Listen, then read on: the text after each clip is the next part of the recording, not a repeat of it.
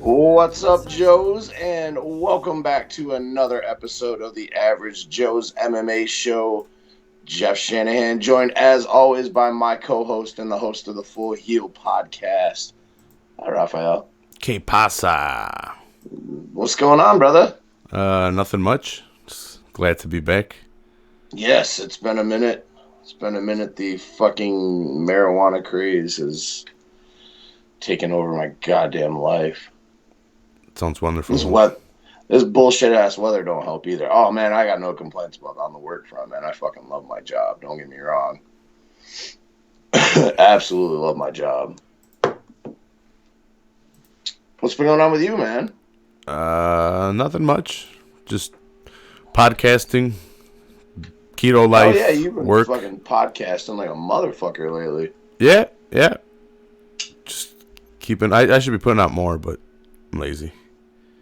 Shit, I don't know how you can put out more, man. You're already putting out a ton. Stay tuned for tomorrow. Football on Full Heel, episode 14. These guys should be over tomorrow doing their. Oh boy, Frankie, boy. Doing episode number 14. Nah, don't give them props. They took off last week for their fucking girlfriends, pussies. Oh, for Valentine's Day? Yeah. Hey, but as a single man, you can't really call that out. Yeah, you can. No, they were trying to come do it earlier, but then they couldn't get on. I don't know. Their girls wouldn't let them. That's what I'm going to say. And I'm sticking to it. I keep trying to switch. To like your camera onto my iPad because like I'm seeing you're sharing your screen with me, so I'm just looking at like your screen of myself and you talking. It's tripping me out. I know it's never. There you go. Now you're back. That's what was throwing me off before we were recording. I kept seeing your screen, so I saw you doing something. I was like, "What's going on?" It was like fucking really internet magic. Little behind the scenes shit over here, but yeah, it was throwing me off. That's why I kept touching the fucking screen. I was trying to bring your that was on me. I hit the wrong button earlier. It's cool. It just my high ass was all thrown off. I don't know why I have the option of letting you see my screen. It's kind of weird. It's the first time that's ever happened. I mean, it's kind of cool, but it's never happened before. So I was like, "What is going on?" Oh man. Fucking keto life. You lost a ton of weight, man. Yeah, I'm down to 238. Hell yeah, brother. Living the life, feeling healthy. Eating a lot of broccoli and cauliflower. Yeah, eating a lot of vegetables, which is weird. Coworkers probably love the smells coming out of your department. Well, they can't smell shit there. It smells like burning rubber all fucking day. And the sanding of pipes. So if you guys know like burning metal sound or smells like, oh yeah, enjoy that. I don't know if I've told it on here. One time I went to Walgreens after work to go fig hunting, and I found the fig that I wanted, but there was a line, so I'm waiting in line, and there's like two people ahead of me, and the lady's like, she's like, I think there's something burning. And at first, I didn't know what the hell she was talking about, and like she's kind of like distracted from it. And then she called her manager over, and I can hear them talking. She's like, "Hey, I think there's something on fire."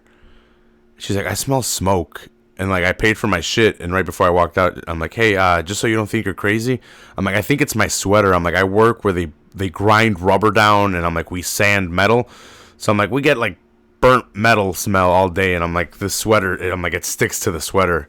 She's like, "Oh, okay." I'm like, "Yeah, I just didn't want you to think you were crazy," and then I left. Embarrassed because I stunk. She thought she was having a stroke. Hey, that's the life, baby. Fig hunt. I had to get my fig. Hell yeah! I wonder who it was. It was probably the infamous Dr. Doom or something like that. It had to be a Walgreens exclusive because I was at Walgreens, and it was after work, so I probably ran there. Dude, I remember that day. I worked in a foundry for like 6-8 months when I was younger, and you just reeked like fucking hot, stinky poured metal. Mm-hmm. Just gross. Yeah, you kind of get used to it. It's other people that are like, "What is that smell? Like something burning?" You're like, "Is there?" And like, "Oh wait, no, that's me. That's me." Yeah. I was a grinder, so like I didn't go anywhere after work except for straight home to take a shower because I would be covered in black soot and fucking metal shavings and shit like that. Yeah. So Yeah, we get a little dirty at work. My ass went home and took a shower before I did anything, but I worked third shift too. They've had my ass fucking driving this past week, doing the run. It's a little bit more heavy, a little bit more lifting on my end, just because, the guy's on vacation, so they've had me driving. Driving the truck back and forth? Yeah, because we got 3 different spots to take stuff and bring stuff to. Like, we have our factory where I work at, and then across the street is our shipping and receiving, and they also build the rollers over there, and then we have our warehouse where they box everything up and put it on pallets and skid it up and shit like that. So gotcha.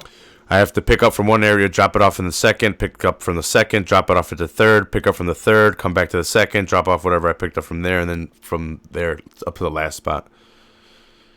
So they got me doing that. It's just been heavy lifting. Hell yeah. Good workout though. Yeah. With that keto. Yeah, and since I've been losing weight, my back's been feeling tons better, so I didn't have that to worry about. My fucking back strokes. Shit! Help me! Dude. I've been going to a couple of wrestling tournaments the last few weekends. Go watch my nephew and stuff, and him and I went 2 Saturdays ago.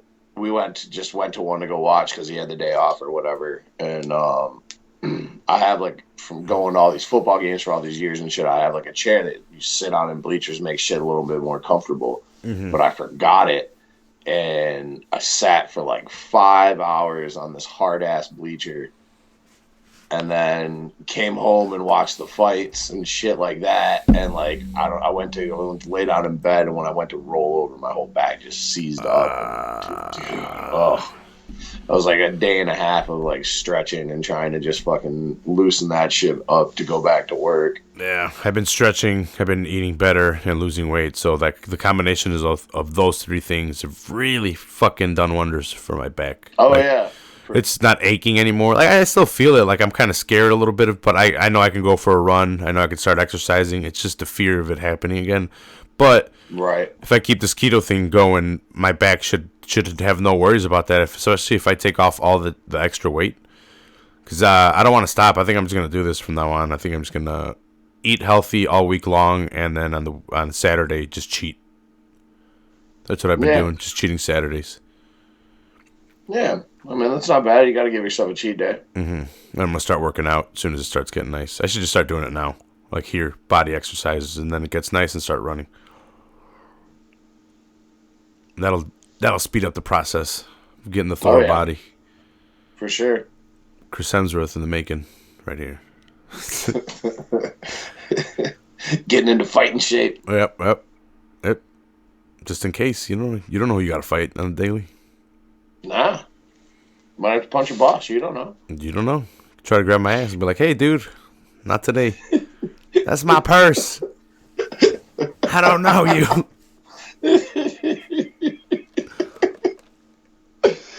Oh, Jesus Christ. Oh, man. What else has been going on with you? Saw Sonic this past weekend. Did you? I haven't seen a movie in so fucking long. It's super kiddie, but I enjoyed it. Sonic is my first video game. Sega was my first console, so it's a little nostalgic. For sure.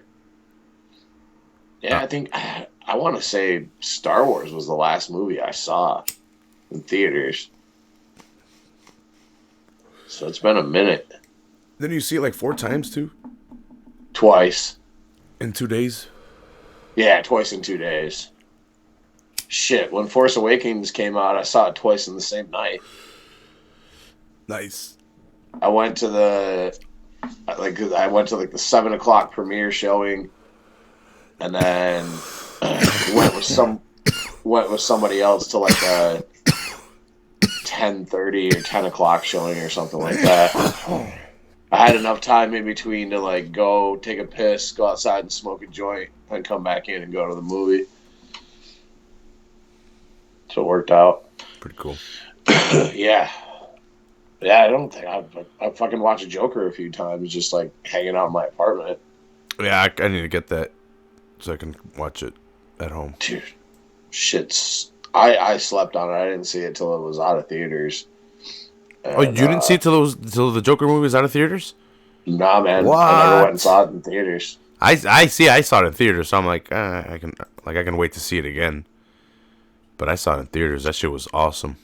No, I never saw it in theater. I don't know why. There was reasons. Probably because I was fucking just working all the time with that shitty job of mine. Mm-hmm. But that fucking place, Jesus Christ. How are they doing? Fucking continuing to shoot themselves in the foot. It's just gotten worse since I left there. They fucked up their another grand opening. They fucked up trying to open right after we did for recreational, and then the day before the day of our grand opening, they had to announce that they had to delay their grand opening and shit. They're busier than they were when they were strictly medical and I worked there, but they're still not doing shit. Mm-hmm. Meanwhile, it's fucking out the goddamn door every day. I still haven't visited the dispensary. Hey, Not planning either. Like my I guys, was gonna say, for you, you're not missing anything. nah, my guy's been getting good shit lately. Maybe because of that. I don't know. Probably has something to do with it. Yeah, but I'm happy. And that's what matters, Rafa. And that's what matters. Did you hear, bro? I get to collect some more figs. Yeah, that fucking the new line. You talking about the new line that they announced last night? Yeah, if my room wasn't fucking full enough already, No shit, I right? get to do more fig. Fucking AEW Series 1. Oh shit, that's the Marvel. You can't. The light's shining on the WWE shit. But I guess you could see the Marvel over there. When are you gonna start collecting LJNs? Oh man, I actually did look them up on eBay, but they're like $40 a piece. I looked up a bunch of AWA ones. The LJN? Not the LJNs, but the whatever series of the AWA figures that they had out. Maybe LJN did them. I don't remember. But it was one that I saw Ryder and fucking Hawkins talking about on their YouTube show. I watched a couple episodes. I watched the Conrad episode that he was on with them. Haven't seen it. It's worth checking out. As big of a figure mark as you are, it's worth it. I mean, most of the time, like a lot of their YouTube shit is just them going on figure hunts. Mm-hmm. I've seen their figure hunts. Jesus has sent me like a video of a figure hunt, but I haven't seen the one with Conrad. I think this was just like an episode of their podcast, and they filmed it because they did it at Conrad's house. And so it's just like the three. The Conradison? Yeah, they're at the Conradison, and they go through the entire like series of WWF LJNs from like the first series and they talk about the AWA ones. So I kind of looked those up once because I forgot there was AWA figures. But they literally have, dude. It's crazy the LJNs that those motherfuckers have. I only had Macho and Hogan growing up. Those are the two I had. Of LJNs, I only had a Junkyard Dog and somebody else growing up. But then I had like the early, smaller. I can't remember what fucking brand they were. The early on smaller figures from like the late 80s and early 90s. This one? Yeah, like those ones. I had Hogan and Macho Man and Piper and look at those. Yeah, what do they do? Yeah, this one did this. Yeah, Hogan did something like where he fucking smashed you. I can't remember what Piper was like a punch. Yeah, he does this. Yeah. Yeah, those stupid things that you couldn't really do anything with, but I had some of those. Jesus gave me this because Jesus would collect these, so he gave me this, and then he He's like, aren't these cool? And then I'm like, I kind of don't like them. And then he's like, didn't I give you one? I was like, yeah, well, I like that one. The fucking Galoob WCW action figures I remember a lot too. The Galoob. Galoob. No, I've kind of stuck to like one series of toys from each thing that I like. So the WWE ones, they're elites. The $20 figs. I kind of have ventured out. Well, no, I have a couple of fig arts, 3 fig arts, but they were super cheap. They're $30 for all 3. The Triple H, Austin, and The Rock with the interchangeable faces, the accessories. They're $30. I had to get those. But the equivalent to the elites are the Marvel Legends, all the Marvels I have. And then the equivalents to those are the Star Wars Black Series. So they all have like, but I'll stick to those like. Right. But like Jesus was showing me like a bunch of, he's like, just don't go overboard like me and just start buying ridiculous shit. And then he showed me a blaster from like Mars Attacks or something. Yeah, no shit. This stupid shit. Do you have a Piper? Yeah, I have a Piper, but I don't want to open him because he's a Hall of Fame box, and so I have a Hall of Fame. I have Andre the Giant. I have Ron Simmons, Dusty Rhodes, Hulk Hogan, Macho King, Roddy Piper, Warrior, but they're all sealed in the Hall of Fame box. Yeah. The Hall of Fame collection. Is that the only Piper you have, though? Yeah, that's the only Piper I have. I should have gotten a second one. Well, good to know. I may have found something for you. What? I'm not gonna tell you, but I mean, I kind of just told you, but I might have found something for you today. I actually thought about it because I went just down to our mall to go look around, and we have a comic book store because our mall is desolate and it owns like 3 stores in the mall, and one of them is like all figures and shit. And I saw a few things that made me think of you. And now that I know you don't have that, I've been wanting to open that Hall of Fame Hogan because I have 2 Hogans. I have a Defining Moments. It's a $30 Hogan, but that one it's the one with the torn headband that says Hulkster on it, and he's wearing the yellow, and the belt is the one right before the Winged Eagle. Yeah, the Hogan belt that he had before. Yeah, I just listened to an episode of Something to Wrestle With where they talked about that. So I have that Hogan sealed, but I also have in the room over there on the wall in my nephew's room. I have the Hogan that's posed like this, and it says Hulkamania, but it's the red shirt, and he's wearing pants. Yeah, he's wearing pants though. Yeah. But I have a Hall of Fame one, and then I have that one that I'm definitely not opening. That one's like $100 already online. It's not even that old.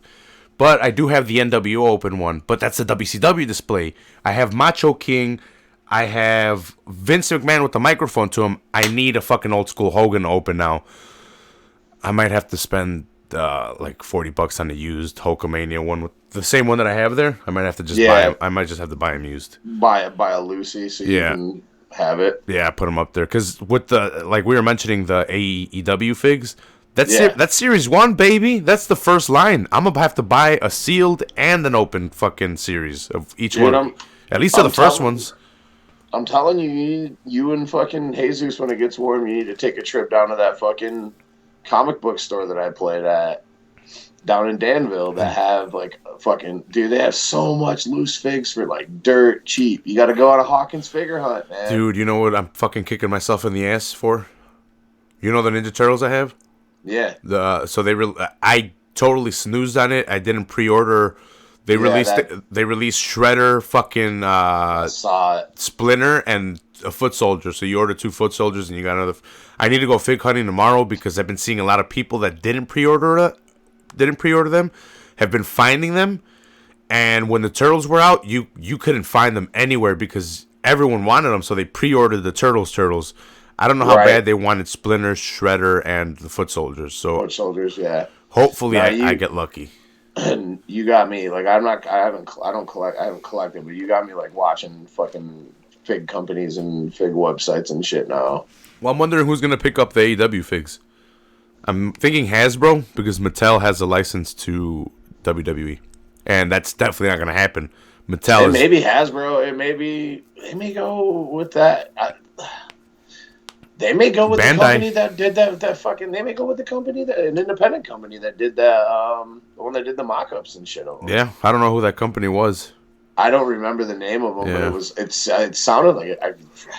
See, like for that line, and if they're going to release a $20 figure to compete with WWE, it's going to be Hasbro. Mattel's out of the line. Like that, they're not going to do it. Yeah, they're not going to do it because they're signed with WWE put a kibosh to that right away. So they have Hasbro and Bandai. And Hasbro does Marvel Legends, and Marvel Legends are pretty sick. But Mattel has stepped up their WWE game as of recently, though. It was Wicked Cool Toys were who did those figures that we saw last night. Mm-hmm. NECA's the ones that did the Turtles, and my Terminator. I have a Terminator 2 fig. But I don't think NECA would... NECA's a little bit pricier, and a little bit more detail would come with the figs if they were going to be NECA. So I'm guessing Hasbro will probably pick up the rights to that, if anything. So it says it'll be... they'll have 25 points of articulation, real 3D scan likeness, and a variety of accessories and authentic ringwear with multiple waves per season. Fans can collect the stars of TNT's popular show. Fuck yeah. Including MJF, Darby Allin, Dr. Britt Baker, who nobody wants, Brandy Rhodes, Hangman Page, and the Jurassic Express, and more. Each wave will include limited edition and rare variants to add chase to an elation. But it doesn't say who's putting them out. Now, I'm thinking Hasbro. I think it has to be a big company out there because they got it, like I said. I think it's Wicked Cool Toys, man. Yeah? I think it is because that's who's I'm looking at the picture with the Bucks, Jericho, Kenny, and like them in the figures that we saw on TV last night in the ring, and it's got the Wicked Cool Toys logo in the bottom of it, and it says Unrivaled Collection. So I'm guessing Wicked Cool Toys is doing it. Fuck it. I don't know much about them, but Me neither. If you're an independent, a startup independent company, let's fucking, it's our show. Let's get some information on Wicked Cool Toys. I just hope that they are able to compete with the $20 price range that WWE's been able to do. Because WWE's been doing Ultimate Edition Elites, where they give you 3 to 2 heads. They give you a jacket variant, so they'll give you arms and a jacket to put on, like the Bret Hart I have. They have a Nakamura. They're releasing a Shawn Michaels from the Montreal Screwjob. Well, they're releasing a Brock Lesnar with the Universal title and different stuff. So Wicked Cool Toys does fucking Pokemon, Pikachu stuff. They do Cabbage Patch dolls.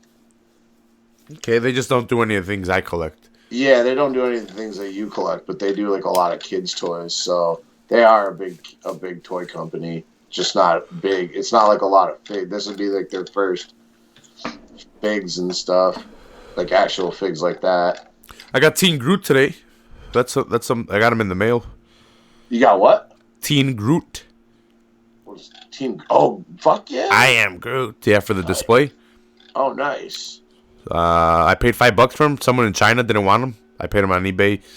It was $5 because I had to wait like 2 months. But I'm like, fuck it, whatever. $5. So yeah, they've got okay. So I'm finally getting to some of their figs. Like nothing major. A bunch of kid stuff, but I mean, it's a toy company.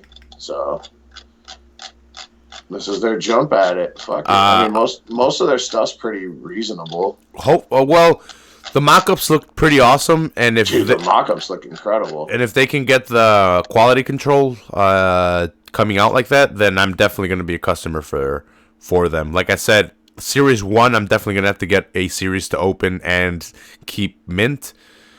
But other than that, I'm going to keep going with, like, I want the Lucha Brothers, and I don't think they're doing I didn't see them in the first series. Not in the first wave, no. I don't know who all for sure is going to be in the first wave, but it looks like the first wave is just going to be the 5 that they debuted last night, and then eventually, I mean, the Lucha Brothers, like I was talking about it with my buddy, it may only be guys that they have under like full on contracts with too. So recently, I did see a Pentagon Junior and Phoenix, Ray Phoenix, figs, and I had sent the link to. I see it. I'm looking at a Legends of Lucha Libre Penta Zero right now. I sent it to Jesus, and he's like, "Damn, I need this." Was like, I know that's what I want. 4 months ago. I want one of these. This is $40 fucking bucks. I'm not paying $40. Yeah, they're a little pricey for a 6-inch toy. So, but he's got a couple of fucking masks and shit, so that's cool. Oh yeah, that's pretty cool. So like that Hogan I got, the Storm Collectibles, I got them cheap because it was around Christmas or Black Friday. But that figure's like $60 because it comes with, well, his face is rubbery, so like his likeness is really real. But like you can move his hands a little bit, and I don't know, it's just really, really detailed. Well, the boots are super detailed. Dude, I'm looking at a Will Ospreay right now. That's $44.99. I'm hoping, like I said, I'm hoping that company can make cheap, well, not cheap, but $20 fig lines. Yeah, these are all like this. Whoever this is a lot of New Japan stuff. There's an Okada, Tanahashi. I don't know who it is, but yeah. Yeah, so I might have to go back and pick that up for you. Speaking of AEW, might as well pop in on last night's Dynamite because it was probably the best episode they've had in a really long time. Dynamite! Like, there was really no bad point. Like, every match was good. They need to use fucking Statlander more because her and the other girl put on a fucking good match. And that's usually my complaint is the women's division match every week because they've been kind of bad. Yeah. Britt has definitely picked it up. I hate Britt Baker. You don't like her new heel persona? I mean, I just don't like her. I don't like her as a worker. I think she's not that great. And I think there's other girls in the company like Chris Statlander, and I can't remember the girl that wrestled last night, that they could probably push that. Yeah, I'd agree on Britt's work. It's so, but I think she's definitely picked it up in the promo department, especially picking on Shivani. I agree with that. But I mean, she's easy to hate because she's kind of just a cunt. Well, I think you hit it on the nose there. That's why no one was picking her up as a face. Everyone was like, you kind of seem bitchy, lady, so we're not on board with this. Yeah. And now that she's a bitch, I'm down for it. But let's see. See her in different matches. My thing was Ben, because it's like even with, like, I think the Nyla Rose concept is awesome. I don't think Nyla Rose is a very good worker. I've seen her botch power bombs with female wrestlers that she should not be botching power bombs with. Yeah, I've definitely seen it where she picks them up, but not all the way, so she's got to recover from it. Yeah, I think it was like Statlander she tried to do it to, and she had Big Swole. There's been a couple of times where she's worked with girls that are, bigger, and then Riho, who's 90 pounds, and she's almost botched the power bomb. That's scary, man. Yeah, no, it is. It is. Actually, now that you mention it, she almost did jump someone on her neck with the powerbomb one time. Yeah, early on. There's been a few moments where it's been kind of sketchy. The one where she powerbombed the girl through the table. Fucking Riho. Like I said, Riho, she can throw around because she's 90 pounds. But this girl from where's she from? Alcatraz? Who's she saying she's from? The outer space girl. Outer Space, Statlander? Yeah. I think she says she's from Alcatraz. Yeah, Andromeda, sorry. The Andromeda Galaxy. Yeah, Alcatraz. The prison? Yeah, she swam her ass like Nick and Nate. I like Chris Statlander. She can work, and she's sexy. There's a few girls, like Darby Allin's girlfriend, Priscilla Kelly, is a pretty good worker, too. Fucking. She was on that episode a few weeks ago on the cruise ship. Okay. Fucking redhead. WWE has definitely stepped up their women's division. If you go watch NXT, Their NXT's women's has always division, been yeah, good. it's ridiculous, right? Especially right now, like not only is the main roster good with the women, but like I would say the NXT roster is better right now Yeah, in the than the usually women's, is. yeah. And Usually is. and they even called up Shayna, even with the call up of Shayna and the subtraction of Shayna from NXT, adding her to the main roster, I still would prefer the NXT roster. They got Rhea Yeah, Ripley, Tony Storm, I would say Rhea Ripley and Tony Storm alone, and fucking Kaylee Ray. yeah. No, Kaylee Ray is someone I've fucking had a lot of respect for. She's the Saying UK high champion praises right for now, her. right? Yeah, I think so. Well, I don't know. yeah, She was like, Bianca Belair's been able to show what she can do. I really like fuck, what's her name? The girl that came back from knee surgery. Well, the two of them did, and they're feuding right now. I don't know. Fuck, she's Australian too. I can't remember. Her name. I only know the ones I know because mostly because they were in ICW, like Kaylee and fucking Tony Storm. And I know her name too. I just can't remember her for some reason. It has a K in it. But yeah, I mean, so back to what I was saying. That was usually that's the low point for me every week is one of the women's division matches, and that was even really good. So you to start off with a battle royal, with a tag team battle royal, and that fucking kick that Matt Jackson landed on Sammy Guevara was nuts. Yeah. Nuts. No, that was a great start to the match. Then you had fucking Moxley and Cobb. It's funny how they had Taz out there. I was when he came out, I'm like, man, this reminds me of someone to my nephew. I'm like, and then Taz starts talking and he's praising him. I'm like, yeah, fuck yeah, Taz. He looks just like you, a fucking thumb. You know, Jeff Cobb fucking wrestled Yoel Romero in the Olympics. No, I didn't know that shit. Yeah, I looked him up last week. When they brought him out, I was like, "Who the fuck is this guy?" Because they were talking about his Olympic credentials, and I was like, I knew he could. He competed for the Philippines, I think, or a different country because it definitely wasn't the U.S. Because I've never heard of him. But yeah, he was in the Sydney Games, and he got fucking worked by Yoel. The freak of nature, bro. Shoot, he's fighting soon in April, right? Beginning of April.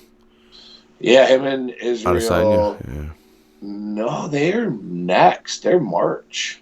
Yeah, sorry, I meant March. April's Habib and Tony. Yeah. Sorry, so they're next. They're like in 2 or 3 weeks. Something like that. Dakota Kai. Sorry, I couldn't remember the girl's name. Oh, the girl from NXT. Yeah.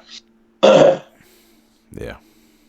But yeah, Jeff Cobb definitely has that Taz, Taz fucking persona. And they had him out there yesterday. Yeah. I'm wondering what his role. I got a feeling he's going to be a part of the commentary team for whatever new show that AEW rolls out. Yeah, the second show. Do you know what day they're trying to do it on? I don't know. The only thing I can think of, because I don't know if they're just going to try to do Dark basically on a fucking, instead of doing it on YouTube and bring it to TV. Okay. That was my original thought, because like Taz does commentary for Dark. So just make all 3 hours live? I don't know about that. I think they're gonna do a second. Oh, okay. Program. With that Dark. With I don't know for sure if it's gonna be Dark, but that's my assumption would be that they're gonna just bring Dark to TV. I don't see them trying to do another live show every week. It would be smart because they wouldn't really be having to do a whole other production, having to write a whole new storyline, trying to continue it. It could be it could just be that same night, but just on a different night. Yeah, and a lot of times they're just fucking matches. Yeah. Like nothing of real consequence that moves any storyline along a lot of times, or sometimes they get referenced, but I wonder what day they'd put it on. Saturday? Probably. I mean, that's what they use. That would be my assumption. Would be something like that, like they used to do with the old WCW Saturday night or something. But maybe put it on like Friday. Well, probably not Friday night. Whatever night TNT is going to give them. I don't see it. They're not going to do that on a Monday. Go head to head. And I doubt it. If they were going to go head to head, they would have put Dynamite on Monday. What if they moved Dynamite to Monday and they do something Wednesday? Could. I don't think they want to try to go head to head with Raw though. I Why don't not? think that's their. I don't think that's their plan. I don't think that's their bag. I see a lot of people, in myself included, say and complain, be like, "Man, I wish NXT or Dynamite would move to Monday so I could watch the two good shows and not have to miss one for the other." So pretty much one of those shows would go to Monday, but you know, Or they could put NXT on Tuesday. yeah. Which They I did. thought that's what they were gonna do. Well, at first I thought AEW was gonna be on Tuesday, and then boom, Wednesday. Well, because they moved originally, SmackDown wasn't SmackDown still on Tuesday nights, Yeah, and then they moved to and Fridays. then they moved it to Friday. So yeah, they didn't want. I think they once they announced that they were going to Wednesday, then that's when they were like, "Oh, we're going to move SmackDown to Friday." I think they were just trying to avoid it because I mean the only reason NXT is on Wednesday nights is because they fucking wanted to go up against AEW. Did you hear that shit about Vicky Guerrero? What? So Vicky was on an episode of Dark like back in December, Mm-hmm. and she was still in contact with like WWE, like trying to get like doing an interviewing job and shit like that. And they were talking to her. Well, then eventually somebody found out because Dark's only on YouTube. So eventually, most recently, or in the last like month or whatever, somebody found out that she was on there, and they stopped returning her calls and emails and shit. Damn. Yeah, bro. Yeah. So do they hate Conrad? Yeah. But Bruce still does a show with him. Bruce, yeah.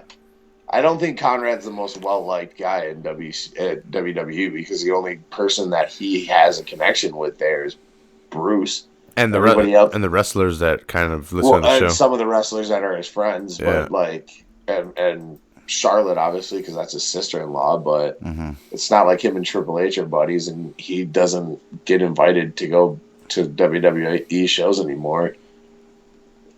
Poor Conrad. But everybody he does a podcast with either works for AEW, a la Shivani, JR, and Arn, or was fired by the WWE recently, fucking Bischoff. Yeah, Bischoff doesn't talk smack about them, though. He's got a lot of respect for WWE still. Nah, Bischoff's not going to talk smack. And, like, JR doesn't talk smack about WWE, really. No. Neither does Arn. Arn doesn't really talk smack about anything. Arn just tells a lot of really good stories. He's actually pretty funny. I haven't listened to it yet. I like Arn a lot. Like, to get the boys' perspective. Like, I like Tony because it makes me laugh. Like, you don't get any value out of that show as far as learning shit. It's just fucking hilarious. Him and Conrad have, like, a really good friend relationship. JR is JR. It's pretty good. Bruce is good for, like, that great information. JR gives you a lot of good shit. I can't stand Eric Bischoff, so I don't ever listen to him, but I do like Arn. I really, really enjoy it. Plus, they do every other week. They do Ask Arn Anything, so you get a lot of stuff that people ask Arn questions about. So I might have to drop 83 weeks and jump on Arn. I would drop 83 weeks. I mean, I've never listened to an episode of it, but I can't imagine it's that great. I would, because Arn, you get that great perspective between, because they bounce back and forth too between like old school, Arn's career, and then Arn doing like being the booker, like they did Royal Rumble 2015, I think, a couple years ago, like when Arn was an agent or whatever. Not a couple years ago, but a couple weeks back. So you get like 1 week they'll cover something like newer WWE, which they haven't really gotten much out of Bruce because he wasn't there at those times when Arn was an agent. So you get a little bit of that insight of stuff that Bruce wasn't around for. I guess you get a little bit of it with JR too because they cover his career as well. I've only caught clips on that one on YouTube. grilling with Oh, JR. with Grill and JR? Yeah. Yeah, like I said, it's all right. I mean, a lot of times it's just fun to listen because Jim's in a pissed off mood about something. Mm-hmm. So when he gets all fired up, it's pretty hilarious. Well, people were pissed that he called Nyla the king of the women's division. Or the king of the Yeah, hill. King of the yeah, hill. yeah. He gets fired up about a lot of things, or like people bitching about their push. He gets real angry about. He'll go off about pushes. It's that shit's funny. Or like he gets fired up because he's usually like the day they're supposed to record the show is when he flies back from wherever they do Dynamite. So a lot of times he's pissed off from the airline and traveling back and shit. And then he just gets going. He's just like a surly old man, and I like it. Yeah. I cringe a little sometimes with JR in the commentary. I'm not gonna lie, but Sassafras. sassafras. Huh. Apparently, JR is just fucking slaying puss though. Still? Well, yeah. He's fucking Blue Chew, bro. Yeah. He loves his Blue Chew, and Conrad was talking about it with him and Shivani. I think it was this week's episode. Was talking about fucking JR slinging or fucking just slaying puss. Because they recently went to England, right? What's that? Conrad and yeah, Conrad and JR just got back from England, but they've been doing a lot of shows together and stuff too. Doing like Grill and JR live shows since Bruce isn't doing them anymore, and Tony doesn't really do a lot of them anymore. They did do one together in Huntsville a few weeks ago after Dynamite. JR and JR and Tony. Yeah. Yeah. Yeah, well, Conrad was giving them shit because like, you're going to be here. Right. I'm getting fucking tired of AEW not coming to goddamn Michigan. Starting to wonder if WWE has them blocked up here. Because they blocked them from some areas. I was curious as to why they were doing it in Champaign. Why so Chicago orientated or where? Well, because like Con and like Khan's a graduate for Champaign, so that's why they did the, what do you call it, Assembly Hall. Yeah, well that, and then like for Cody and the Bucks and shit, did a lot of shit in Ring of Honor. Okay, yeah, that makes sense. So that, and then what was the original? Was it not All In, but was All In the first pay-per-view that they did when they were still doing work with Ring of Honor before AEW ever existed? Yeah, I think so. That was done in Chicago too because of Ring of Honor. So Chicago just kind of naturally became the home for AEW. Revolution is happening here as well, but it's like happening downtown. It's not even going to be at the Allstate Arena, so like they're venturing out. It's C2E2. They're partnering up with C2E2. Okay. That's why, because C2E2 is at the convention center across the street or whatever from the arena. Yeah, I think Jesus is going to that. Damn, I wonder who's going to be there signing shit, Jericho. I don't know.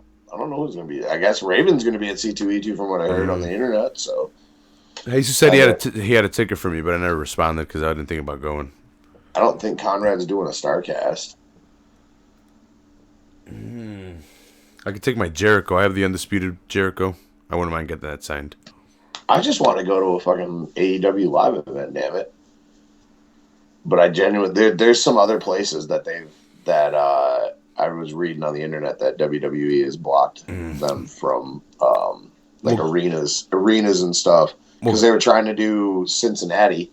Good luck with that, because here in Chicago they sell out like fucking hotcakes, like the same day. Yeah, because this is their hometown. Like this is home for them, but like, because Moxley's been trying to get them to get into Cincinnati or whatever, and I can't remember what arena it is, but WWE has them blocked and has threatened to like not come back there. So I'm wondering if they're doing the same thing because they do Raw.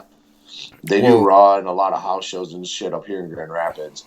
So I'm wondering if they have them blocked for that. Well, I wonder how long before these guys do the United Center, because I don't ever think WWE has been in the United Center. Maybe for No, no, they always do it at Rosemont. They've I thought one of the Punk fucking. I paid thought maybe the WrestleMania. no, not, I don't know, maybe WrestleMania, but I thought maybe something they had that was fucking at the United Center. I could be wrong though. Nah, it's always been at Rosemont. They kind of have a I know they got a long-standing relationship with Rosemont. yeah. So I think they've always just come there. I don't think they've ever ventured out of there because they of that relationship that they have with maybe something. I don't know. Maybe something happened with the United Center people, and they just Could be. I should look that up. But I've always wanted. I should ask Jesus. Jesus might know, or he might have gone to the to the WrestleMania if it was here at the United Center. But I'm pretty sure it was still at the Rosemont. It might not have been a WrestleMania, but I thought maybe one of the pay-per-views that they had in Chicago when Punk was champion that was at the United Center. That'd be pretty cool because the UFC wasn't doing it first at the United Center, and then they switched over to the United Center. Which where was it in '06 when Punk was like his last match when he was threatening to take the title and run away? Like when his contract expired. I swear to God that was in Chicago, but I could be wrong. And if it was, you could be 100% right. It was at the Allstate. I just don't pay that close attention, but I thought they... WrestleMania 22 was at Allstate Arena, the Rosemont in Illinois. Let's see. WrestleMania's in the United Center. Put that in the old... Put that in your Google machine. March 3rd, 2018. Nope, that's not it either. Road to WrestleMania. We returned to United Center for the first time in over 20 years. Damn, so they came back in 2018. That was the last time they had one there. Damn. For Brock Lesnar versus Kane for the first time ever in Chicago. Okay. Yeah, I didn't know that. Yeah, but so it had been 20 years in 2018. So fuck 1998. Yeah, 1998. Damn, Attitude Era. God damn. All right then. I wonder why they don't go there though. I don't know. Probably just from. I think Bruce talked about it once. I think it was just the setup of the arena and the long-standing relationship that the WWE had with them.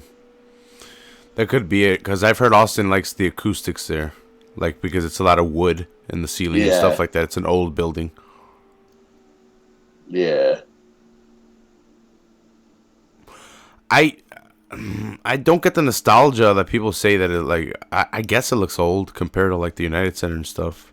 I mean, I've only been there once. Mm-hmm. For Bellator, right? Yeah, when we went to Bellator, it definitely reminded me of an old ass arena. Mm-hmm. Okay, then maybe that's it.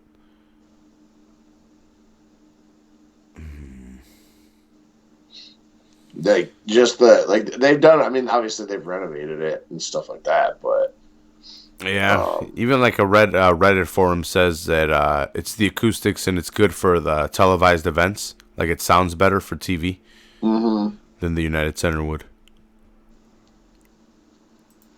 So that might just be it. That might just be the answer. Well, we know Vince is a big fan of fucking his acoustics and the way that the sounds of people hitting the mat. Mm-hmm.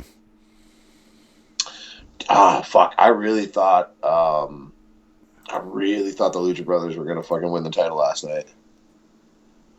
I thought it was gonna be the fucking when we were gonna finally get the kickoff of the rivalry for the Bucks and the Bros. Well, the rivalry already exists, but really get it going in AEW. I mean, we had that sweet ladder match, but you didn't think they were going to do the Bucks versus Omega and? No, I really didn't. I thought because Adam Page, because Page and Omega had lost 2 matches already because of fucking bullshit with the Lucha Brothers. So I thought, all right, here we go. this is when we get those two. They lose to the Lucha Brothers, lose the tag team championships. They break up as a team, and it's time for the solo run. And then we get the Bucks and the fucking Bros at the pay-per-view.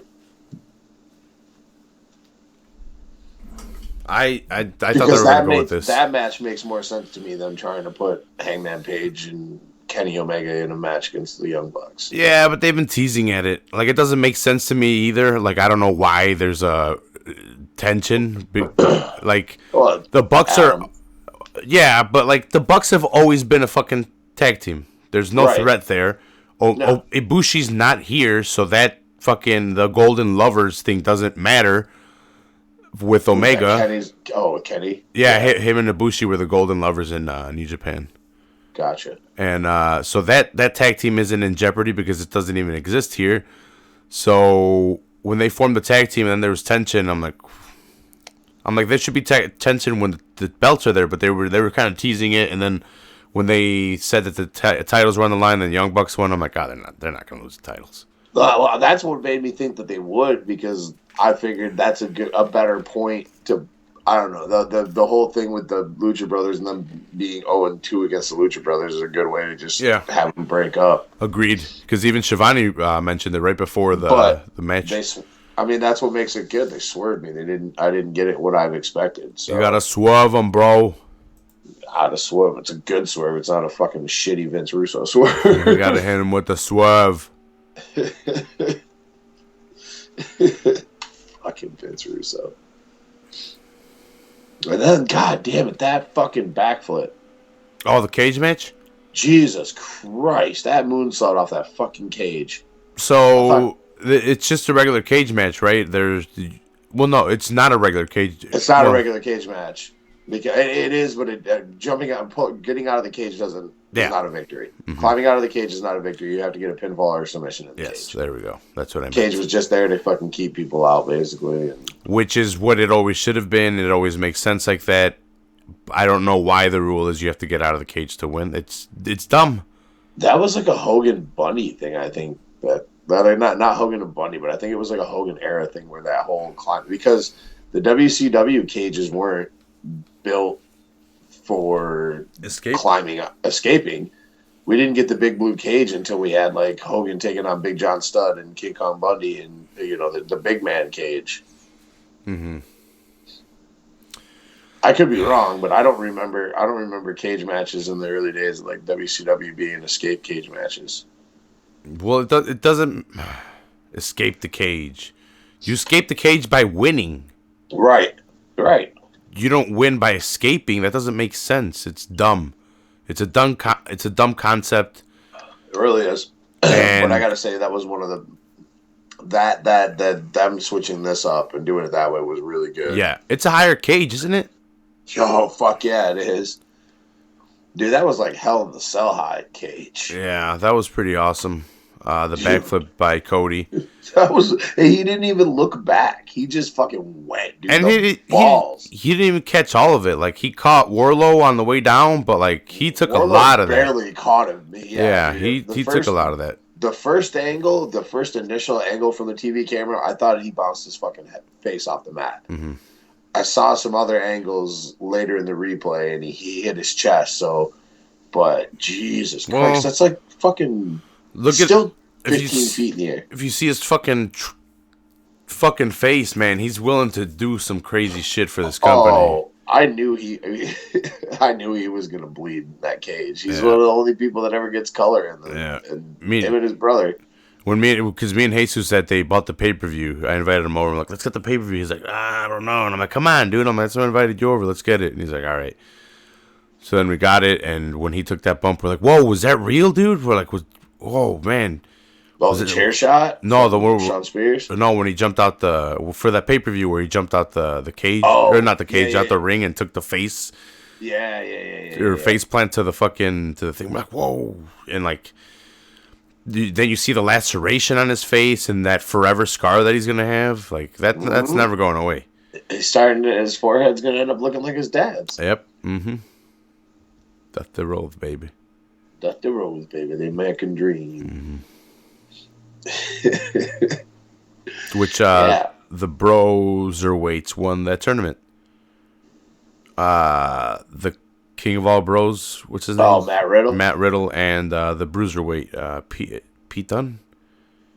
Yeah, I'm not gonna lie. I kind of hope Matt Riddle pisses off WWE execs enough that they fire him. Why, you don't like Matt Riddle? No, I like Matt Riddle. Oh, but you want him to go to AEW? I want him to go to AEW. Because I know how little Matt Riddle gives a fuck about, like... Did we talk about it here? No, we haven't talked about it. Did you see Did you see the backstage shit with Goldberg? Yeah, and the backstage shit with Brock and all the other shit that's been going on with him. That's what I'm talking about. I hope he pisses them off enough that they fire him so he'll go to AEW. That one with Goldberg didn't seem like it was... But... Who knows? Could you imagine him and like fucking Joey Janela having matches and shit, bro versus bro? Like I think he would be used a lot better on AEW, and I think he would work. I think he works very well. Well, he came up through the indies. Mm-hmm. You know what I mean? Like he worked for a lot of the same indie promotions that like guys like Janela and I know these other guys came from. Yeah, no, but like, what was it? Goldberg's like, "Hey, buddy. All that stuff you're doing online, is like, cut it out. It's not going to work." Or was that Brock? I think it was Brock. It was kind of... It was that, I think that was Brock, but it was kind of pretty much a sentiment from both of them. Yeah, I think Brock cornered him at the Rumble or something backstage and like basically told him, fuck off, stop saying my name. Mm-hmm. And Goldberg was like, look, this is never going to happen, especially if you're coming at it like this. And then he's like, oh, okay, I'll back off, bro. Much respect, bro. And then Goldberg's like, I'm not your bro. And then he's like, no, you're my bro. And then he's like, no, you don't get it. I'm not your fucking bro or something. I don't know if he swore. I think I might have just added that in for spice. But Goldberg seemed pretty mad. Yeah. But this guy was like, smiling about it, not giving a fuck. Not a single fuck. That's what I love about Matt Riddle. I mean, he basically got fired from the UFC because he pissed dirty for weed a bunch of times and he just didn't give a fuck.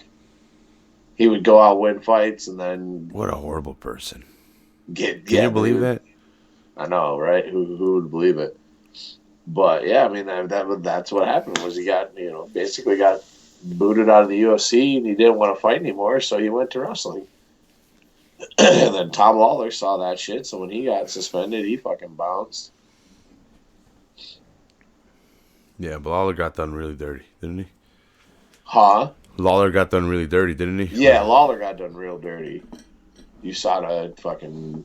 Suspended him for the same thing that Frank Mir got suspended for. And then left him, made him ride the 2 years out. Yeah. Yeah. Oh, no, and then the same thing that this guy pissed for John Bones Jones, and he got cleared. And he's like, what the fuck? He's like, how come I didn't get that shit? How come I didn't get that option? I have to sit out 2 years. And his was a tainted, and they proved his was a tainted supplement. Yeah. No, Tom just said fuck it and went to wrestling. Well, lawyer fees and everything else, imagine. Yeah, well, he definitely wasn't making the money for that kind of shit. Mm-mm. He was fighting on undercards. He wasn't making a lot of money. Tom's he's done well. Done real well in MLW, especially. Pick another Bolski. Fucking MLW. No, dude, I'm really enjoying AEW. I know it has its ups and downs, but it's still been entertaining me, and I haven't missed a Wednesday. Me either. No, it's still been good.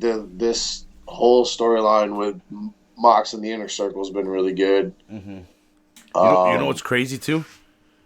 NXT's been putting on fantastic shows too, especially with the addition of Finn on the NXT roster. Yeah, Ciampa's back. Velveteen Dream's back. He was injured. He was out a little bit. You just have a lot of your main guys that are back and putting on some badass matches. Well, shit, it's about to get interesting soon because you're gonna get next month. What's his face debuts? Brody Lee. Harper. Oh, yep. Yep. In Um, AEW, right? yeah, he's coming to AEW. I think they said his debut is going to be in, or is rumored to be whenever they're in his hometown in New York next month after his contract. His 90 days is clear at the end of this month, I think. They could use some big guys, too. Yeah, yeah. I mean, they definitely could. Be a great addition to the Definitely could. roster. I just don't know. I have a Harper. He comes with an alligator. I like Harper. I think if he gets done right, if he's used right, Mm-hmm. I don't. The thing is that I also don't know what they do with him. What if he's the leader of the Dark Order? Could be. I don't see him in that role though. Mm-hmm. It doesn't fit. If it was Bray Wyatt, yeah, for sure. But he doesn't. He's not the leader guy. The leader is good. The leader is great. We followed.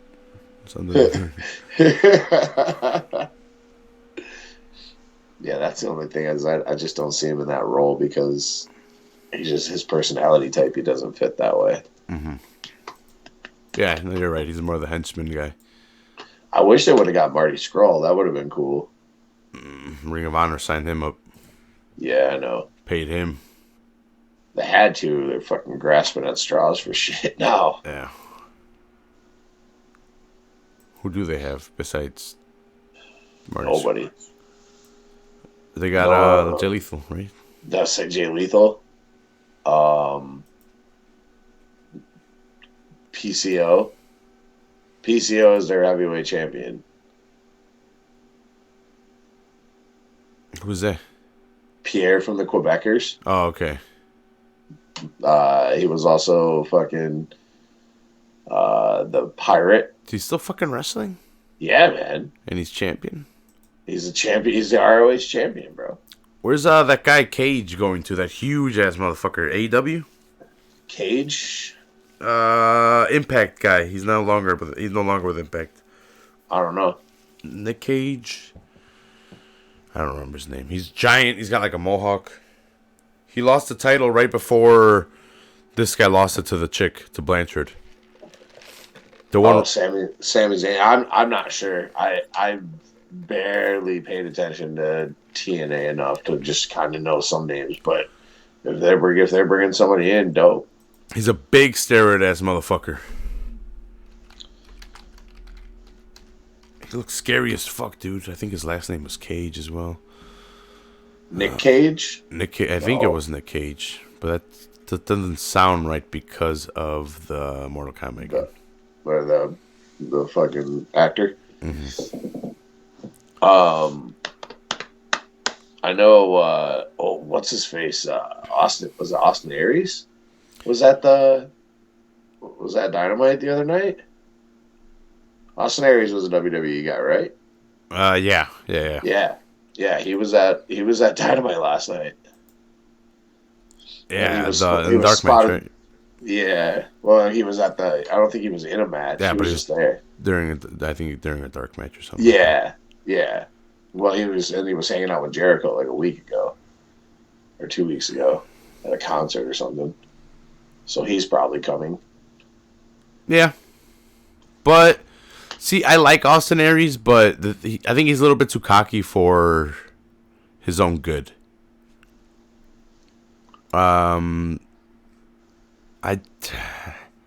He's a really good worker, but like heavyweight champion. That's the thing that's his saving grace, though, is like he's a good worker and he's like a smaller guy, so they can put him with some of the guys. They can put him with somebody like Kenny, or or Jericho, or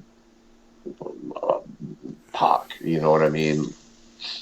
So that's what they need. Some more bigger guys, but they also are they go like the opposite of route of Vince, where they're not looking for the giants. They also look for guys that are good size and can work. Mm-hmm. I wish they'd work out a deal with New Japan, even though, they won't work out a working relationship with them, but New Japan won't work out a working relationship with them, I should say. But there could be some good-ass matches. It's weird because AEW will let their guys go compete for New Japan, but New Japan won't do a partnership deal with them. I think they're gonna have to. If I think we might have talked about it on here before. We've talked about it before. Yeah, how AEW stopped doing shit on Access, and if AEW is gonna bring if New Japan stopped doing the shit on Access, AEW wants to do a second show, and the talent would really help. Yeah, I would really like the USA Championship to be shared and defended here on US soil. It would make it more meaningful if it's a US title, and it could be part of New Japan still, and then it could give some credit or some I don't know, boost AEW by having a already established belt. But I don't know. Well, from what I understand, it's all on New Japan's end. They're the ones that they don't want to do it. They're the ones that keep shooting it down. It's not AEW. They've tried. Obviously, they let Moxley's gone over and competed in what's their tournament? Is it Wrestle Kingdom? Yeah. Yeah, and that's in his contract. Like part of his contract with AEW is being able to go to work in New Japan. I think Kenny, obviously Rio still got her shit. I mean, so it's from what I understand, it's all on New Japan. They just keep shooting shit down, trying to work a deal out on their own. Don't want to work with them, but they'll go work with Ring of Honor. Mm-hmm. That's the fucky part. It's Brian Cage. Brian Cage. Okay. I don't know if you know him. Do you know him? I've heard of him. Yeah, I saw him in Lucha Underground, and then I've heard.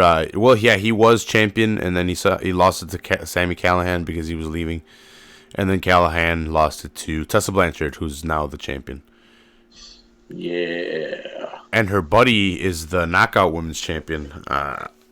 Fucking Jordan Pierce. Jordan Pierce, something like that. That girl is thick. Thick. Oh, I know. I follow her on Twitter. Yeah. I'd like to tussle with her, as Tony would say. I'd take a bonsai from her any day. Yeah. Yeah, she's thick and she's sexy. Bonsai. Right on my face. Bronco Buster. I'd give it all. Just sit on my face. It's inappropriate. Don't care. I suppose we should probably touch on last week's card. Mm-hmm.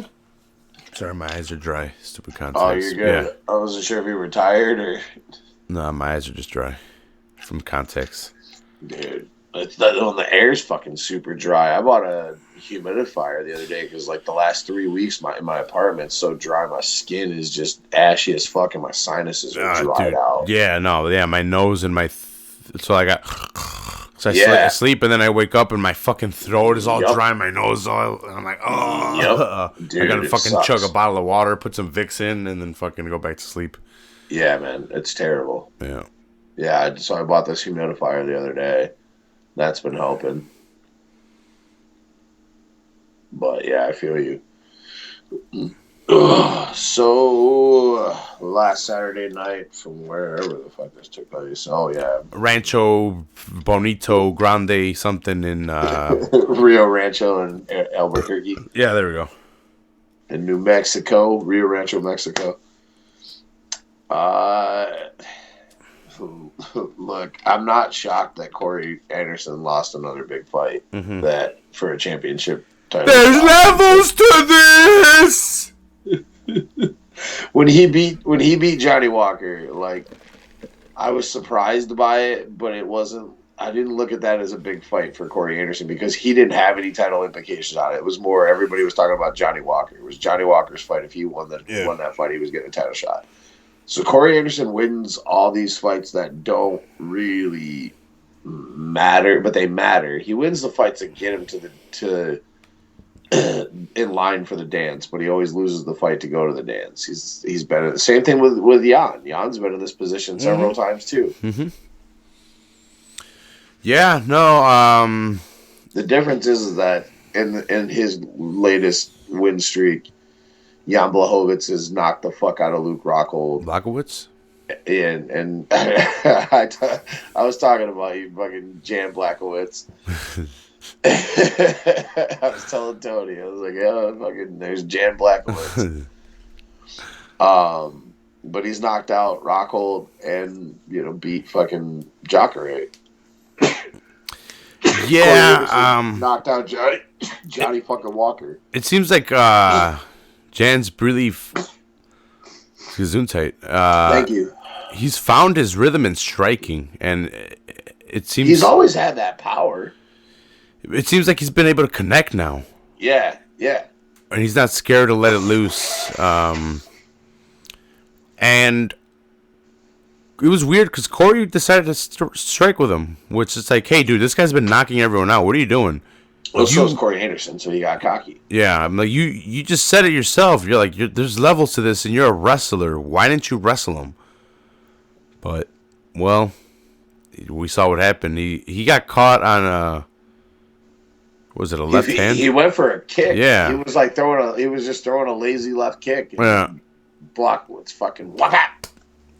And then one more on the floor. Yeah, one more for good measure. Yeah, that was it. But that one just took it out of him. Yeah.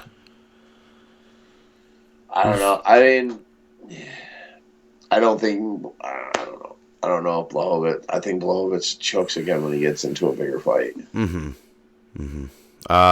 Well, what other fight would there be besides the championship? I don't think it's championship. Yeah, it is championship. Yeah, I mean, there are other guys that'll get a rematch, but I don't think Dana hasn't been doing immediate rematches with anybody. Mm-hmm. Like there just hasn't been. So I think he's gonna move on into this fight, and then. And you're referencing the Reyes-Jones one, right? Yeah, well, I'm referencing Reyes-Jones and Thiago Santos, even though he's still on the men. So who did you think won the Reyes-Jones? You're not going to be happy with me, but after watching it 3 times, I've given it to Jones all 3 times. Mm-hmm. I think because of I agree that he was outstruck by Reyes, but because of winning control, forward pressure, and aggression, plus takedowns, I understand why the judgment went the way it did. And I don't think Jones won 4-1. I gave Reyes round 1. I gave Jones round 2. You can argue Reyes round 2 because of the first minute.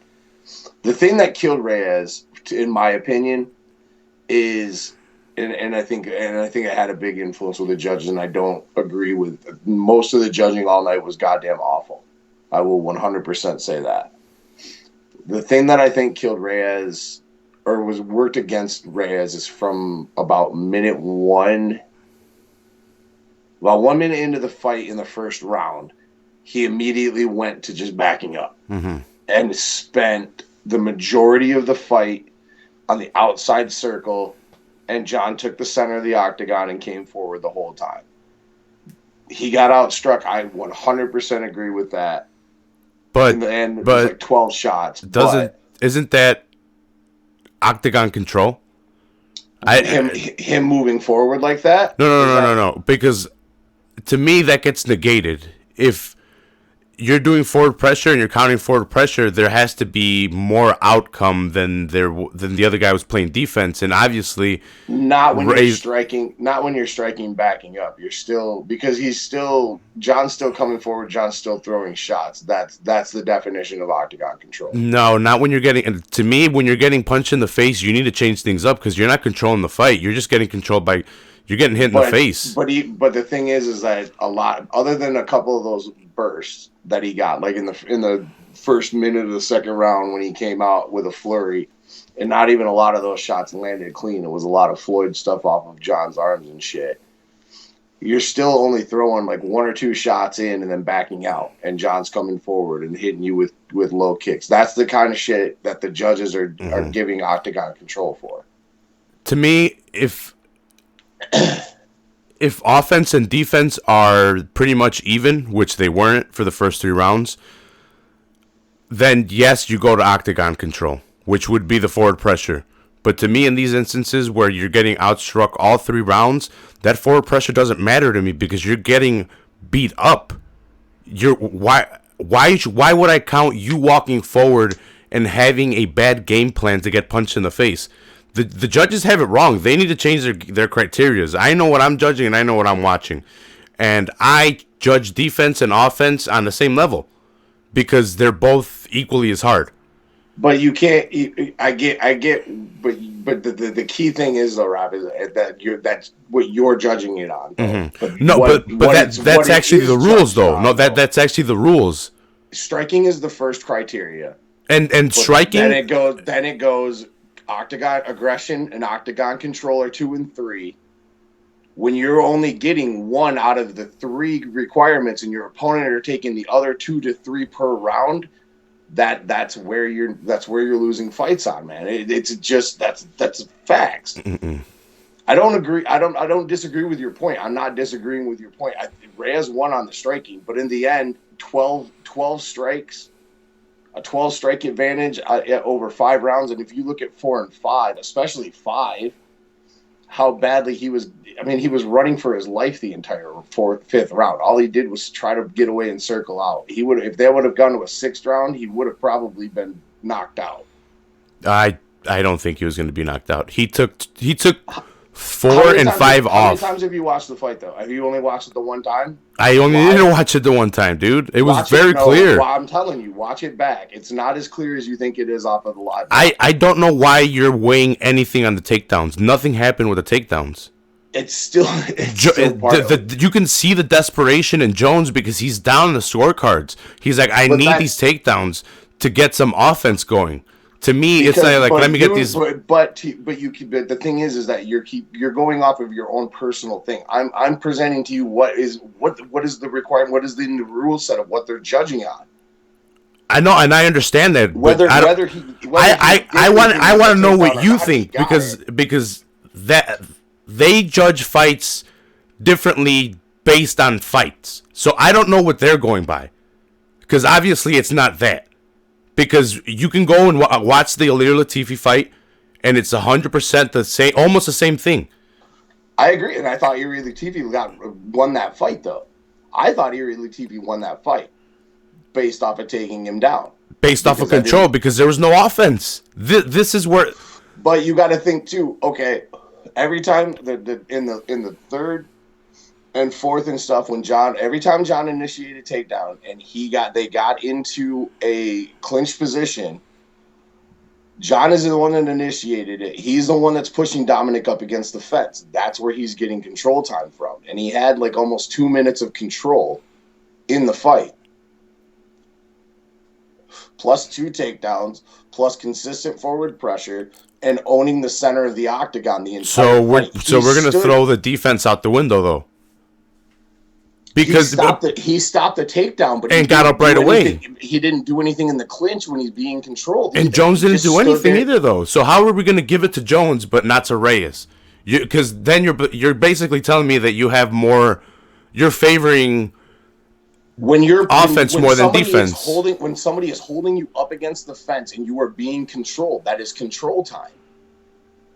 When John is holding you up against the fence and landing kicks and strikes on you and working into a takedown, all you got to do is get off of the fence. Then you're not being controlled anymore. But when your opponent has you in a clinch position up against the fence and you're not doing anything, that's control. And every time they got into a clinch position, John had control of it. For 2 rounds. 3, 4, 5. He clinched him.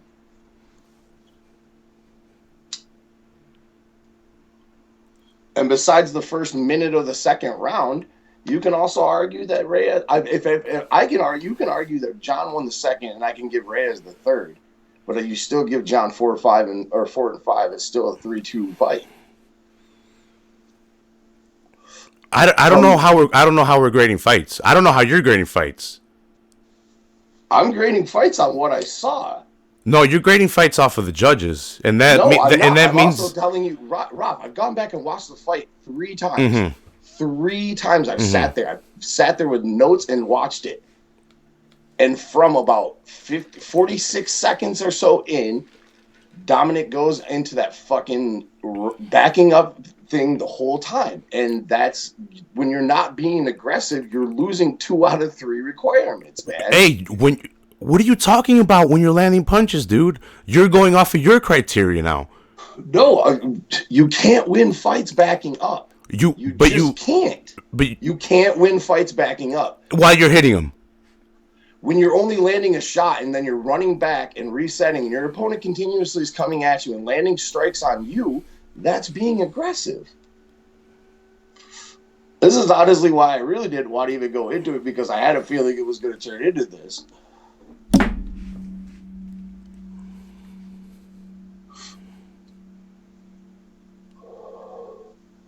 Because I didn't want to argue with you about this, because I know when we have a differing opinion about it, you're going to stand and you stand firm on something. No, because no, it's because I'm giving you my opinion, and you're like, oh no, I get that. Me, and I'm also giving you my opinion, and I'm also giving you what I see based on the letter of how the rules are wrote. I'm not going to get into a discussion about the rules, because then we have to bring them up. This is. But, I'm not disagreeing with that the rules need to be rewrote. But no, because you said it yourself too. It's striking, octagon control, and I don't know what you said the other one, but like aggression. But number one is striking. When you lose 2 and 3 each round, that's 2 versus 1. So are we dancing? Is that what it is? Okay, man. I can't give it to you any more simpler than I'm already going. And you have your opinion on it, so you're not gonna waver. And I'm not trying to change your opinion, but I'm also not trying to get into a full blown argument with you about it. When we've gone down this road in other fights that we've disagreed on either, because I try to come at you with a level headed, right down the middle, even thing for you to also look at, and you're nope, because you don't want to see anybody else's opinion on it. So then keep bringing it up. I'm gonna keep getting angry. Then I didn't even bring it up in the first place. I was talking about the fight that we just saw last weekend. You brought it up because you wanted to see where I stood on it, to see if I agreed with you or not. And the minute that I didn't agree with you, that's when it started turning into a confrontation. No, you just said it right now, Jeff. You said I bring up the other opinion that's opposite to you. No, I said when we have opposite opinions on a fight and you feel a certain way. You just said you bring up 2 opinions, Jeff. You just said it right now. You bring up 2 different opinions. In this instance, I brought up 2 different opinions. But my opinion also happened to be what happened. Dude, I understand, but I'm also saying to you, when we watch a fight multiple times, you can also see things that you didn't see the first time through.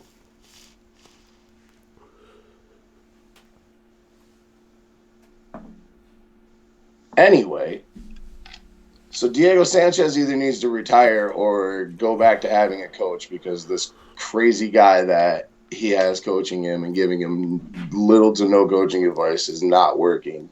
Have you listened to the interview that he had with Luke? No. Oh, dude. No.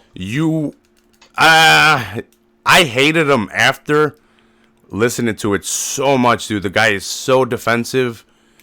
But like on everything, he's like, why didn't you guys look me up?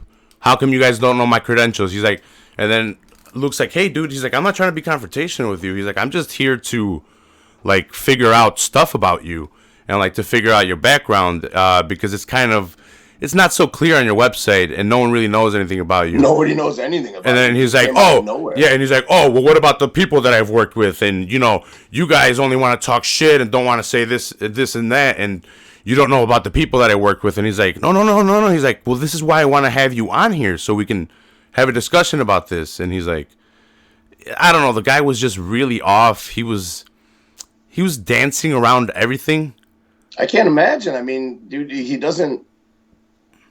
The UFC and ESPN did a really good job of like not showing the corner for this fight. They went to commercial every time, but I remember the Chiesa fight because I remember Joe specifically bringing it up, and then it was funny because, like I said, that I feel like they tried to hide it a little bit for this fight, and then they went to Trevor Whitman, and he was just like, I don't know what the fuck this guy is talking about, but he was just, and like Trevor just started going off about it.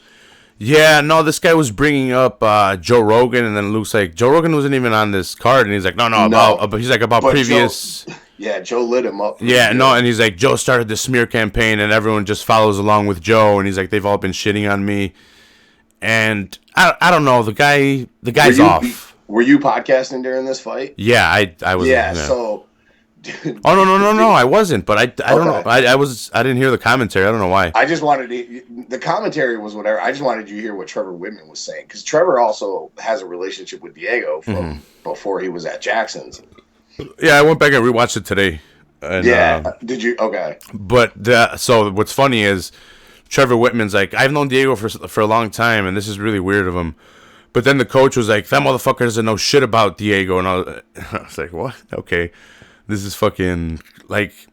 Oh, he said that about Trevor Whitman? Yeah, no, like this guy's insane, man. Like, no, this guy's like. Yeah, that dude is nuts. No, like he came off as a really big douche, and like Luke's just trying to like, he's like, look, dude, I'm just here to ask you questions to figure out stuff about. He's like, I'm not trying to be insulting or confrontational, but the guy was taking it like it's super confrontational. For sure. Well, I'm sure he would immediately came in already defensive. Oh no, dude.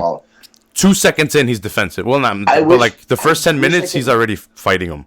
I wish I could remember the crazy shit he was telling him during the Chiesa fight. Because, like, you know, like Jackson used to always do that, like, find your waterfall thing to kind of calm your breathing down for the first, like, 5-10 seconds when you sit down on the chair. Mm-hmm. And then, like, goes into actual corner advice.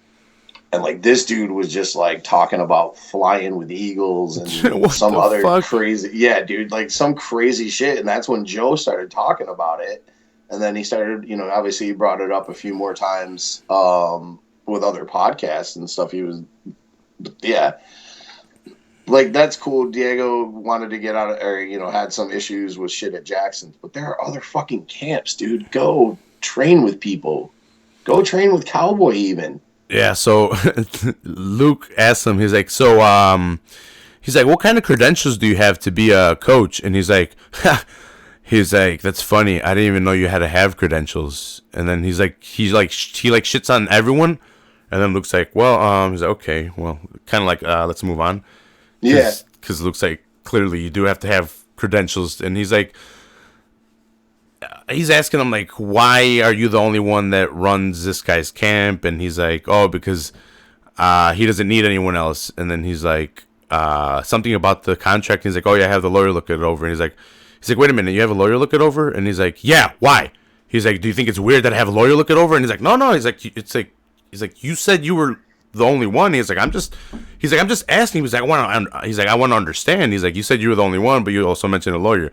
He's like, yeah. He's like, it's not weird that people talk to lawyers. Like, even about that, dude, I'm telling you, this guy was weird. I'm gonna have to go listen to that. This guy was really, really off. Like, and he even has Diego like on for a second too. Diego's brainwashed. Been off anyway, but one of them is brainwashed than the other one. Either Diego's being brainwashed by this guy, or somehow Diego brainwashed him. So, do you think Diego just wanted out of that fight? Yeah, 100%. 100%. I felt that way. Like, at first, I kind of thought maybe he might have been concussed or something, because like he thought there was blood. He kept saying there was blood in his eye. Mm-hmm. And then, but I was like, man, he was just getting his ass beat, and he wanted out of that fight. No, he wanted out of that fight, 100%. Yeah, it was an illegal knee, and the door. Oh, for sure. They opened up the door for him, but Diego even like 3 years ago would have never fucking jumped out of that fight. No. And Luke even made a video on it. Like, he's like, this is smart of him. He's like, he wasn't going to get paid his full money if he would have lost, which he was losing.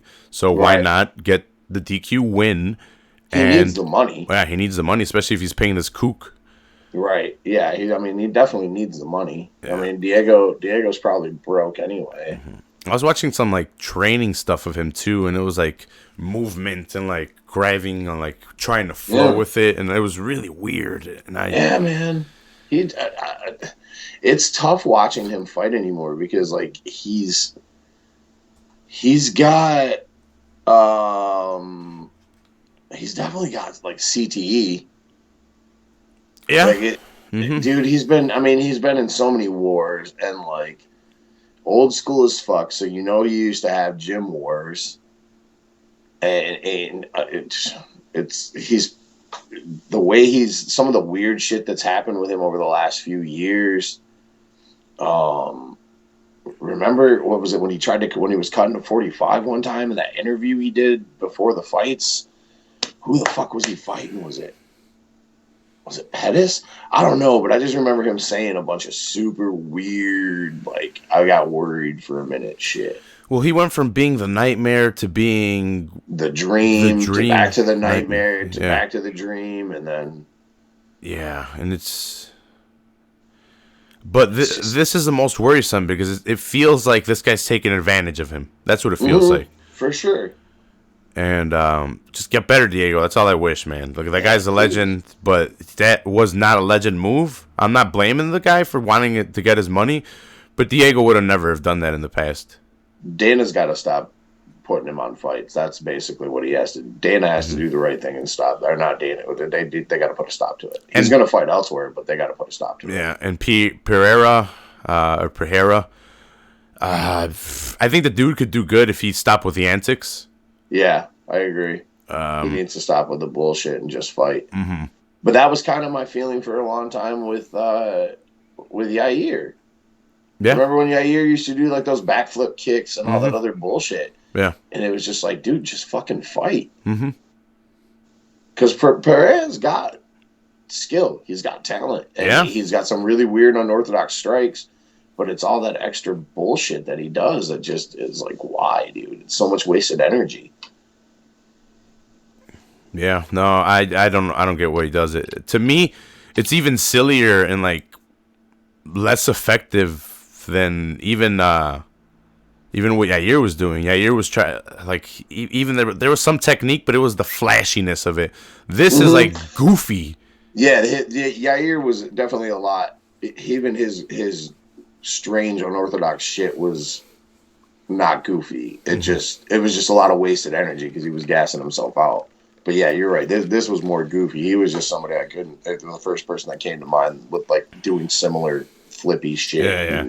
Well, even in the beginning, like he's walking up and like into the metal and like he's dancing and then he starts breakdancing and then Diego walks out to the middle and like he passes up the middle and like gets in his face and then like not the ref but like one of the guys gets in the middle and I don't know if you saw Diego but he was foaming at the mouth, like he was like. He had to have been making a fart noise for that amount of like, dude. His lip was just like, not even quivering. It was like, yeah, like every second, like it was on a rhythm. So it was like on his breath or something. But like you could see his mouth foaming up a little bit, like with spit. Yeah, it was some weird technique that dude probably has him doing because I've never seen him do that shit before. Yeah, I don't know. I don't know what the hell was up with him. Nah, man. I just wish he would hang it up. I really do. Mm-hmm. Like, you got kids, like, save some brain cells, bro, because I don't want to see you commit suicide in a few years when you're fucking, because your brains are scrambled. Yeah. And that's sad, but that's a all too realistic thing. Nah, dude, he's been doing it since fucking Tough 1. Well, yeah, I mean, he's the only one still. I was just talking about this during the fight. Like, there's only him and Nate Diaz are the only two guys from the first 5 original Toughs still fighting. Damn. And Nate was young. Well, this guy was young, but Nate was younger. Diego was young, but Nate was 5. Nate was season 5. Diego was season 1. Mm-hmm. So, I mean, Diego was in the game 5 years by the time Nate hit the scene. Yeah. So, but yeah, that's it. I mean, it was. Well, I guess Rashad's retired, I guess, officially, but I don't know if he's officially retired, but. I thought he was coming back. Yeah, so if he comes back, then Rashad would be the only other one, but he needs to retire too. The UFC let him go though. Oh, that's right. Yeah, he's coming back. I think he was mentioning Rogan. He's like vegan now, and like he's like he switched over to a vegan diet and shit. Him and Joe were talking about they're comparing the carnivore to the vegan. Mm-hmm. Yeah. This keto has been working. I'm not gonna do carnivore. That's too much meat. I thought about carnivore because that's more realistic for me to be able to stick to than keto. Dude, man, I'm telling you, the cauliflower rice is key. Like, it's For sure. and I just know broccoli and myself. cheese. I just know myself, and like I would have an easier time just throwing like a steak on the grill or some chicken on a grill than trying to prepare salmon and fucking broccoli and cauliflower rice and shit. Well, yeah, with me, it's like I can eat the protein, but too much protein, I need to work out so my body can just break it down and it won't be in my stomach. But Yeah, with like all these greens and shit, you just pass it. oh, dude, man, like I've been plopping crazy dumps, like nice dumps. So like I've been plopping it to where it centers in the middle, but it's like heavy and there's no space in between. Right. And then I'll flush it and it clogs, but not because it's like it's clogs because it's too much and it's not getting air. It's a two flusher. It's like you gotta give yourself a courtesy flush. yeah, dude, it's plopping out pretty good with all the greens I've been eating. Yeah, I bet, dude. That's what I was saying. Between all the cauliflower and the broccoli, I'm sure I'm sure your farts are fucking lethal. Dude, I haven't been farting that much. That's good. It's weird. Most of the time, that's what happens with Yeah. broccoli and cauliflower. It just turns into fucking gas. And like Or- I used to have trouble sleeping because I used to eat nasty shit. Like and my Right. body wouldn't process it fast enough, and I'd fall asleep, and then I'd wake up in the middle of sleep, and I'm like, oh, my stomach, and like feel like puking. I haven't had that Right. happen once, and I feel great because That's everything's good. light. Everything's light. Right. Get on this keto. Get on this keto, bro. I'm gonna give you my the secrets, cause like, so you don't they sell the cauliflower rice at Aldi, but Okay. I have a food processor, so it's cheaper to make it yourself. But Yeah, I don't have a food processor. yeah, you can buy it at Aldi. They have that. Okay. They have it at That's good Aldi. to know. That's pretty cheap. And then pork rinds are keto. They at Aldi. Right. Pork rinds are 100% keto. Okay. Fathead dough, you can have pretty much anything like that's pasta or pizza, but you just have to make the fathead dough instead of the bread. Right. And it's cheese, almond flour, Almond flour. egg. You can make a nice dough, some nice pasta. You just lay it out and cut it into strips, boil it up. You get your pasta, put the sauce on it. Oh yeah. It's not too bad. It's not too bad. It's pretty good. I fucked up the brownies, but I'm gonna get them this Yeah, weekend. that's what you were saying. Yeah, I'm gonna get them this weekend. Yep. Try it again. Yeah. Oh yeah. Where we go? Montana De La Rosa picks up the decision win over Mara Romero Barella. Meh. A lot of wrestling on Lot of wrestling. Yeah, on Montana's behalf. She was controlled for like the first half of the first round, and then she took over, and then from there it was her fight. Yeah, I thought Barella, the way she came out, I thought Barella was gonna put it on her, but it shifted real quickly. Yeah, and I was glad because I follow Montana on Instagram or on Facebook, and she's pretty hot. Yeah, I follow her on Twitter. Speaking of, do you follow Jake Hager's wife? Jake Hager. No, I don't. Who's his wife? I did some fitness model. A friend of mine shared. Apparently, Jake shared a picture of her the other day, and he shared it with me. And I now follow her, and she's fucking smoking. Jake's got a smoke show wife. I could believe it. Yeah, good for him. Yeah. Yeah, she's like some fitness model instructor chick. I've liked Jake Hager a lot more out of WWE than I did because I didn't catch him during his championship reign days. I caught him after the fact. His "We the People" gimmick. And, Yeah, I wasn't. I knew who Jack Swagger was. I think from like playing video games here and there, but like I was definitely checked out during most his entire time he was in the Federation. I don't think I watched it all. Yeah. Once I heard he was fighting, I'm like, this is gonna be cool. Yeah. Yeah, and I was pretty stoked to see him, and I mean, I like his role in AEW as the enforcer of Yeah. He's having a match against Goldberg, right? Or not Goldberg, Goldust. yeah, him and Dustin are going at it at the pay-per-view The Revolutions. next weekend. Yeah. Next weekend they're already confirmed for back out in Vegas for All Out again. 2 weeks in a row, right? Or not two shows in a row. Yeah, they're doing All Out that Saturday, and then the following Dynamite on Wednesday. That's cool. Yeah, Shivani in Vegas. Con- Conrad's definitely going out for that. You know, there's a star cast. I'll take that mellow yellow now. Diet Mellow Yellow. Mellow yellow 0. Oh, sorry. 0. Fucking skivone. I did not like this Brock Weaver guy when he came walking out. Like I immediately just looking at him got pissed off. Was he the one with the headdress? Yeah. With the Native American headdress? Yeah, just like I don't know what it was of him. It wasn't the headdress, but it was just him. His face. He looks like he kind of looks like fucking Vanderlei. Hey, you don't talk shit about Brazil. Hey, yeah, he looks like, and then he landed an illegal knee. Yeah, no, he got landed on. Yeah, that's what I meant. He got an illegal knee. Yeah, 2 illegal knees in one night. Mm-hmm. When I was watching this, I was like, "What the fuck? Is everyone just throwing knees at each other for no reason?" Do we not know the definition of a ground opponent? I know it changes from time to time. Yeah, Jesus Christ. But these are pretty clear. One guy had his knee, the other guy had his butt. Like, right.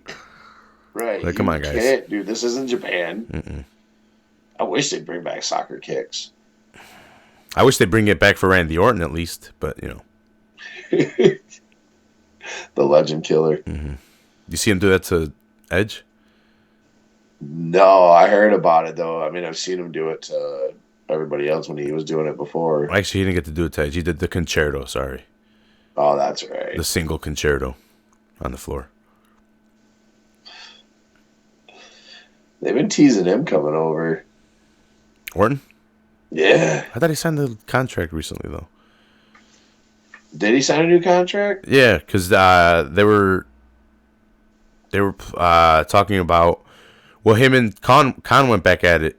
He's like, when you're ready to talk and not play both sides for a contract, come talk to me.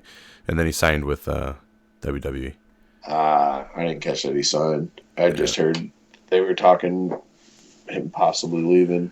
Especially with this run that they're putting him with Edge. Of course. That's how you say. That's how you keep somebody is you push them. Yeah. Hey, we're bringing Edge back. Put you in. Push him for 3 months and then bury him back down again.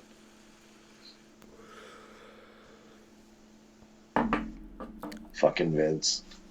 Vince McMahon.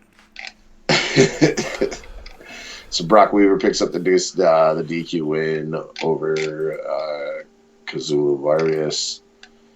Rogerio Bontorian and Ray Borg. Ray Borg gets the decision win. This was a good fight. Ray Borg is just, I like watching Ray Borg fight. Mm-hmm.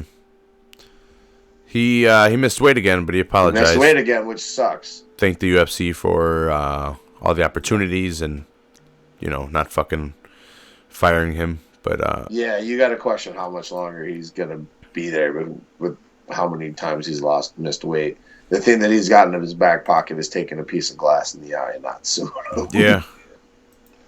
Yeah, he was one of the guys, right? Yeah, he took some fucking glass. He had a real bad stretch of luck there because it was like he took that glass in his eye. Something happened with his kid. Yeah, like Ray had some bad luck. I think his kid's doing better though. I think so too. I remember right. They had a group. Joe was raising money for a while on the Cash App. If you signed up, like $5 was going to like Ray Borg's kid or some of the money or something like that. Nice. And I think Brendan Schaub did something too. Brendan was talking about covering his bills, his medical bills, some of them at least. Well, that's good of them. Mm-hmm. Schaub's got money to do that kind of shit now. Yeah. Really good fight to kick off the fucking main card too. I mean, Lando Veneta gets the decision win over Yancy Medeiros, but I always love watching Veneta fight. Yeah, and the same for Medeiros. Yeah. Anytime, even when he loses, like he puts on good fights. Yeah, Yancey's a badass. Got to see Yancey fight live in Detroit. Nice. Yeah. No, but Groovy is a perfect name for Lando. Yeah, I love Lando Veneta. I wish he would have finished Tony first. in that fight. He almost did, dude. He almost did. He almost did. Yeah, he came close. Sometimes I think if Lando played a little bit smarter, he'd win a lot more. And he'd be a lot further in his career. But sometimes I think he's like, fuck this, I'm going to strike it. I'm gonna strike with this guy. Right. Well, I really wonder what would have happened in that fight if Lando hadn't been coming up off the couch like 2 weeks. Mm-hmm.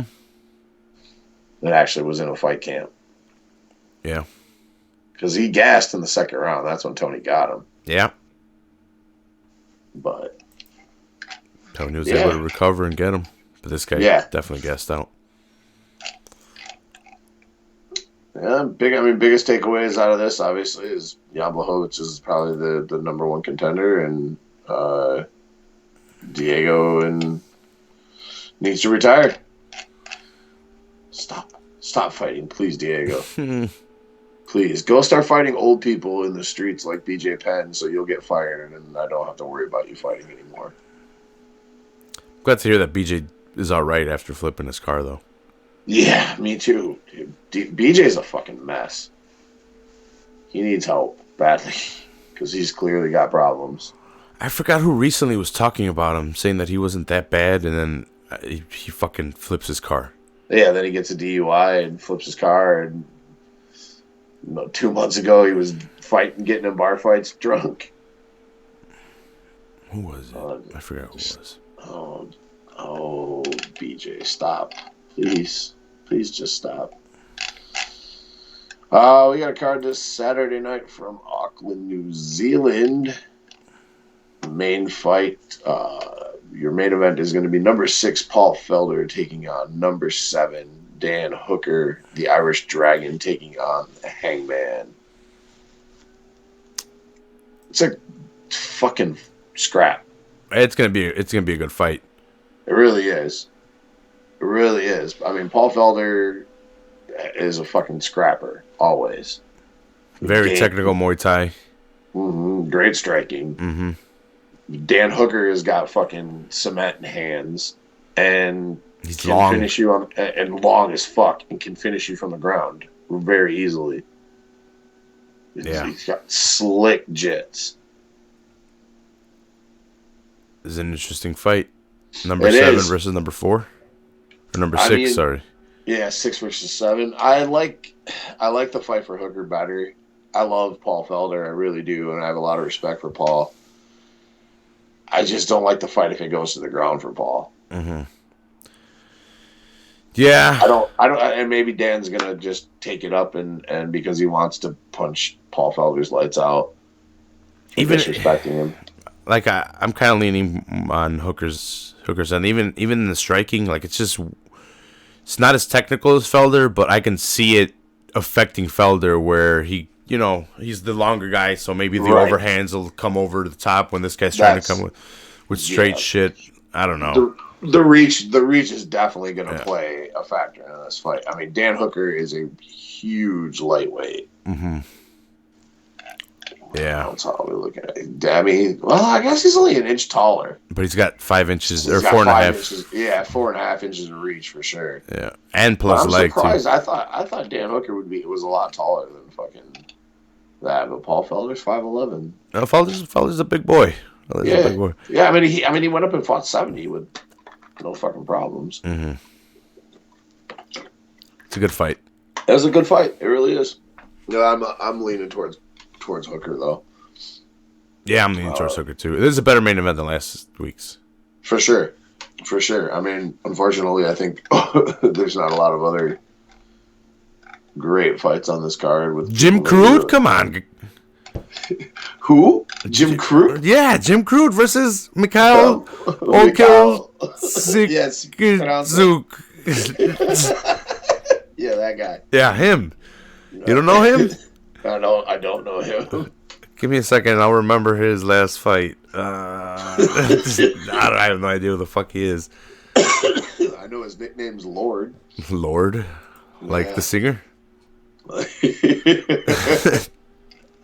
He's 14-3. Has 10 knockouts and 1 submission. His last fight was against St. Prude. He submitted OSP back in September. Goddamn. God damn. He lost to Antigulov back in April of 2019 by KO. Oh, Antigulov fucking flattened him. 45 seconds. Oh shit, he beat Roundtree. Oh no, I'm sorry. He knocked out Antigulov. Fucking UFC. Did he lose to St. Preux? Yeah, he lost to St. Preux. St. Preux. Okay, their fucking stupid win positioning is always dumb as fuck. Yeah, so St. Preux probably got the Von Flue choke on him. Yeah, probably. He knocked out Antigulov. And he knocked out, TKO on Volante, but, you know, who doesn't do that, right? Yeah, who doesn't knock out? He beat Khalil Roundtree by decision. So that's his UFC career. A couple of knockouts, and he got choked out by Obat St. Preux. What about you, Jimmy Crute? What the fuck have you done? You don't know what Jimmy Crute's done? Not really. Give me a second. Not off the top of my head, I don't. Give me a He's second. got 4 knockouts and 3 submissions. He got beat by Shirkinov by submission in September. Okay. He beat our boy Elvie. I was just gonna say he knocked out Smiling Sam back a year ago. Give him a call. We need to figure this out. Yeah, let's talk about it, Sam. Yeah. he was on the show at one point, right? It's crazy. Who called him? Did you ring him up on the telly, or was it?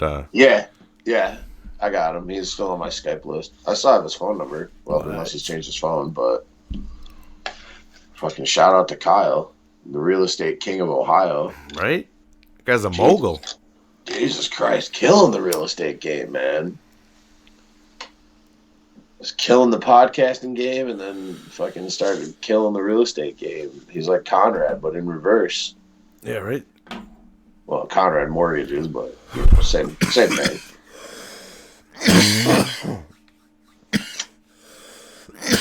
I'm dying. Don't die on me, Rob. Don't die. Clear. Clear. Beep. Carolina Kowakowicz taking on Yazianian. What? What? We got a Polish lady versus the lady from China. I like Carolina, but she's got that old lady face. Yeah, she does. She looks so much older than she actually is. Mm-hmm. She's got a hot bod, though. She's got really pretty eyes, too. Mm-hmm. Gorgeous eyes, but she has not fared so well lately. No. She has lost her last 3 fights. Joanna, Andrade. So 4 fights. I didn't even go past Andrade. She beat her last win came in April of 2018 versus Felice, and that was. Damn, she's lost more than she's won. She beat Rose. That's all the way back in fucking 2016. Yeah, she lost to Joanna. She lost to Claudia. She beat Jody Escobil and beat Felice. Got 2 in a row. Got beat by Andrade. Knockout nasty. Yeah. Those are one-punch KO. Lost the decision to Karate Hottie. And then lost to Alexa Grasso. Yeah. Got also missed weight, though, last fight. Really nasty. Yeah, that's right. She also lost. Oh, no, that fight got canceled. Sorry, she didn't lose. But, what is it? Shaonan? Zayanen? Zawanen? Isn't that Shao? I don't know.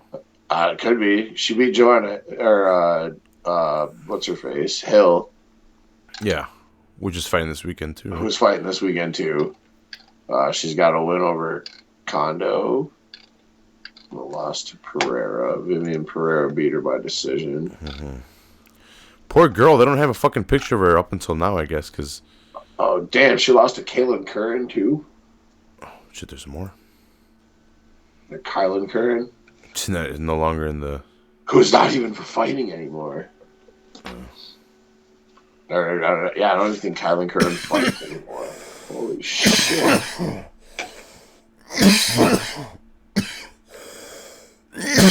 Well, let's not lie to ourselves. She was there because she was hot. True. So this fight, I mean, Jesus, really doesn't matter. Carolina needs to win or she's going to get... It's basically a loser leaves town fight. Mm-hmm. They're definitely giving Carolina a bone. They're trying to give her a bone here. Yeah, they really are. Yeah. But she loses this, she got to go. Yeah. Off to Invicta. Yeah, off to somewhere. I'm rooting for Carolina. I like her. I am too. I do too. Nothing against Yan, but you know. Nah, I just don't have a personal feeling towards her. Yeah. Yeah, I hope Carolina pulls this out. I'd like to see her stick around, but otherwise, you got to go. Ben Sosoli is taking on Marcos Rogério de Lima. Ben Solis's fucking Sosoli's picture looks hilarious. It looks like he's got a mullet.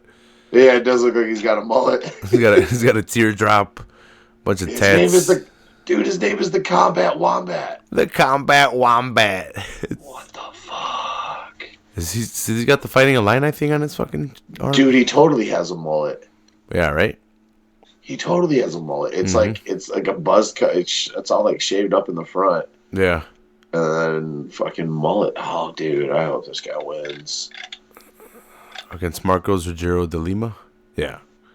Yeah, he lost to Greg Hardy, and it was a no contest. Who did? Ben Sosoli? Yeah, he fought Greg Hardy. That was his first fight. I think that was October of 2019.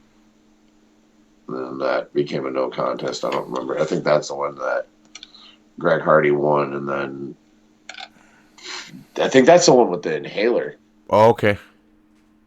Yeah, it has to be. That's the no contest one. Yeah, as I said, that has to be. So yeah, that was the inhaler gate. We'll see what happens here then. I'm rooting for mullet. Combat Wombat. I'm always rooting for a mullet. There were a couple kids with mullets at these wrestling tournaments. I was like, all right, let's go mullet. Let's go mullet. Brad Riddle taking on Magomed Mustafa. Mustafa. Is that like the Jedi planet or the Sith planet? Mustafar? Yeah, Mustafar. Kinda. Yeah, kinda. Magomed. I'm going with Magomed. I know I've seen him fight.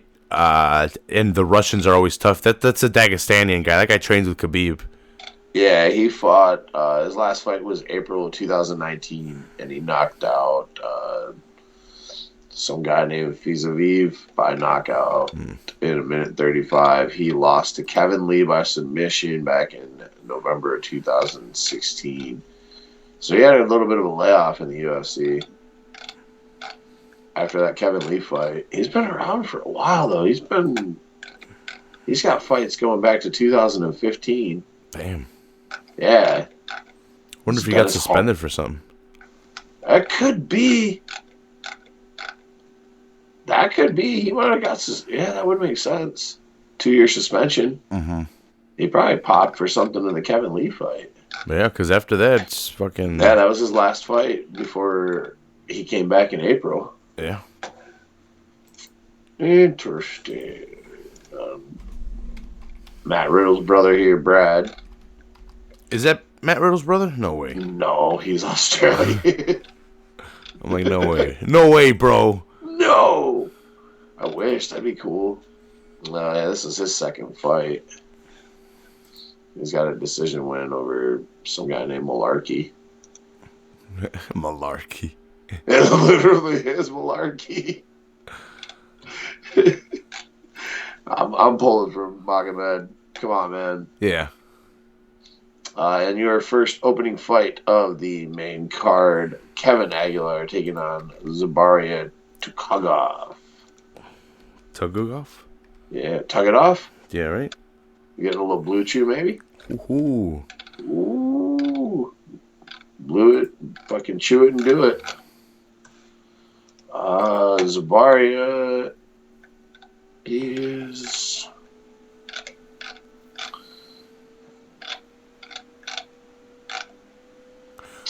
his last fight was a draw back in September for UFC 242 against Murphy's.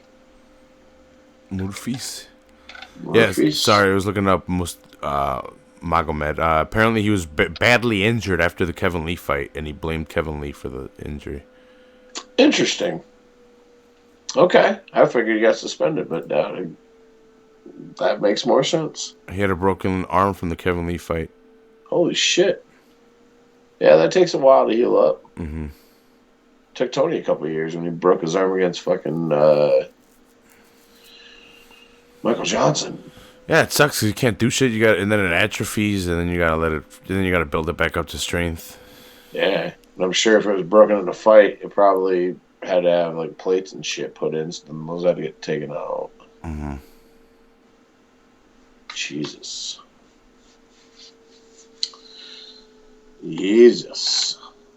All right. So Zabaria has been in the UFC for a while as well. Here's another one that went from 2016 was his last fight until September. God damn, this guy break his arm too. God damn. He's a heel.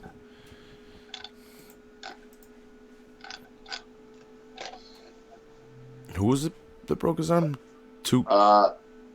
I don't know if he broke his arm, but his last fight was in Tukagov. His last fight was in September. Well, he fought in this September, but before that was against Hanato Murikano in 2016.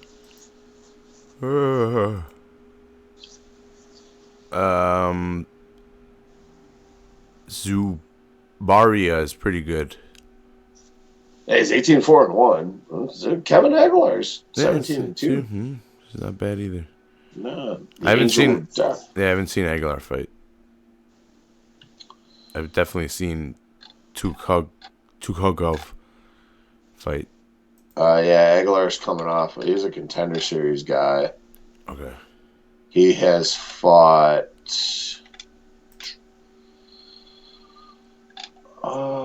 He has fought Enrique Barzola, which he lost by decision. Barzola's good. Enrique Barzola. And he lost a decision to Dan Ige. Lost to Barzola in March of 2019 and Dan Ige in June of 2019. So those are his only two losses in his career. They're not bad names to lose. No, those aren't two bad names to fucking get your first and second loss to. I can think of worse.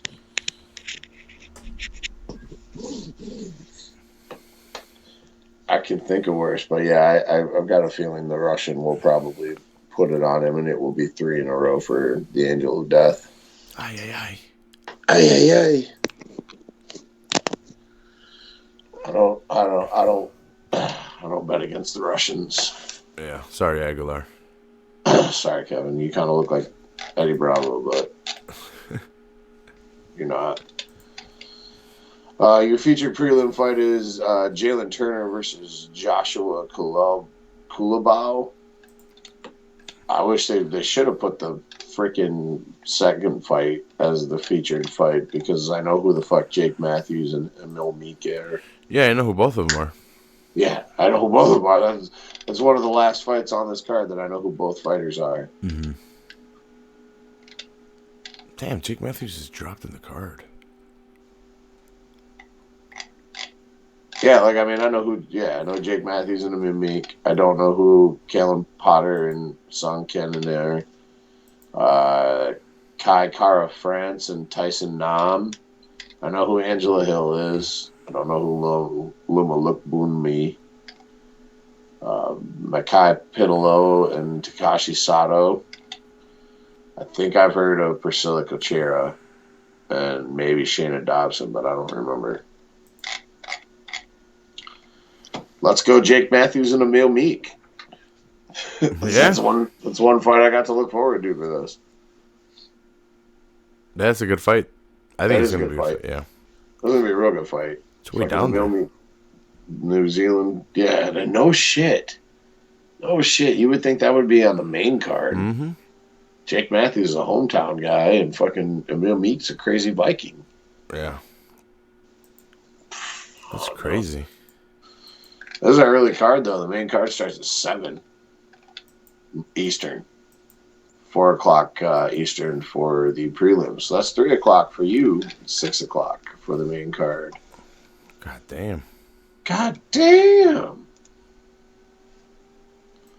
There's a boxing fight that night too. Boxing match. Oh, yeah, that's right. Fucking, that's probably why they're going earlier, so that the fights will be done by the time Wilder and Fury are getting ready to go. So if you wanted to, you can catch the main fight and go watch Wilder and Fury. To this day. To this day. That's going to be an interesting fight. Yeah. I mean, we'll probably not watch it live, but we'll probably check it out the next day.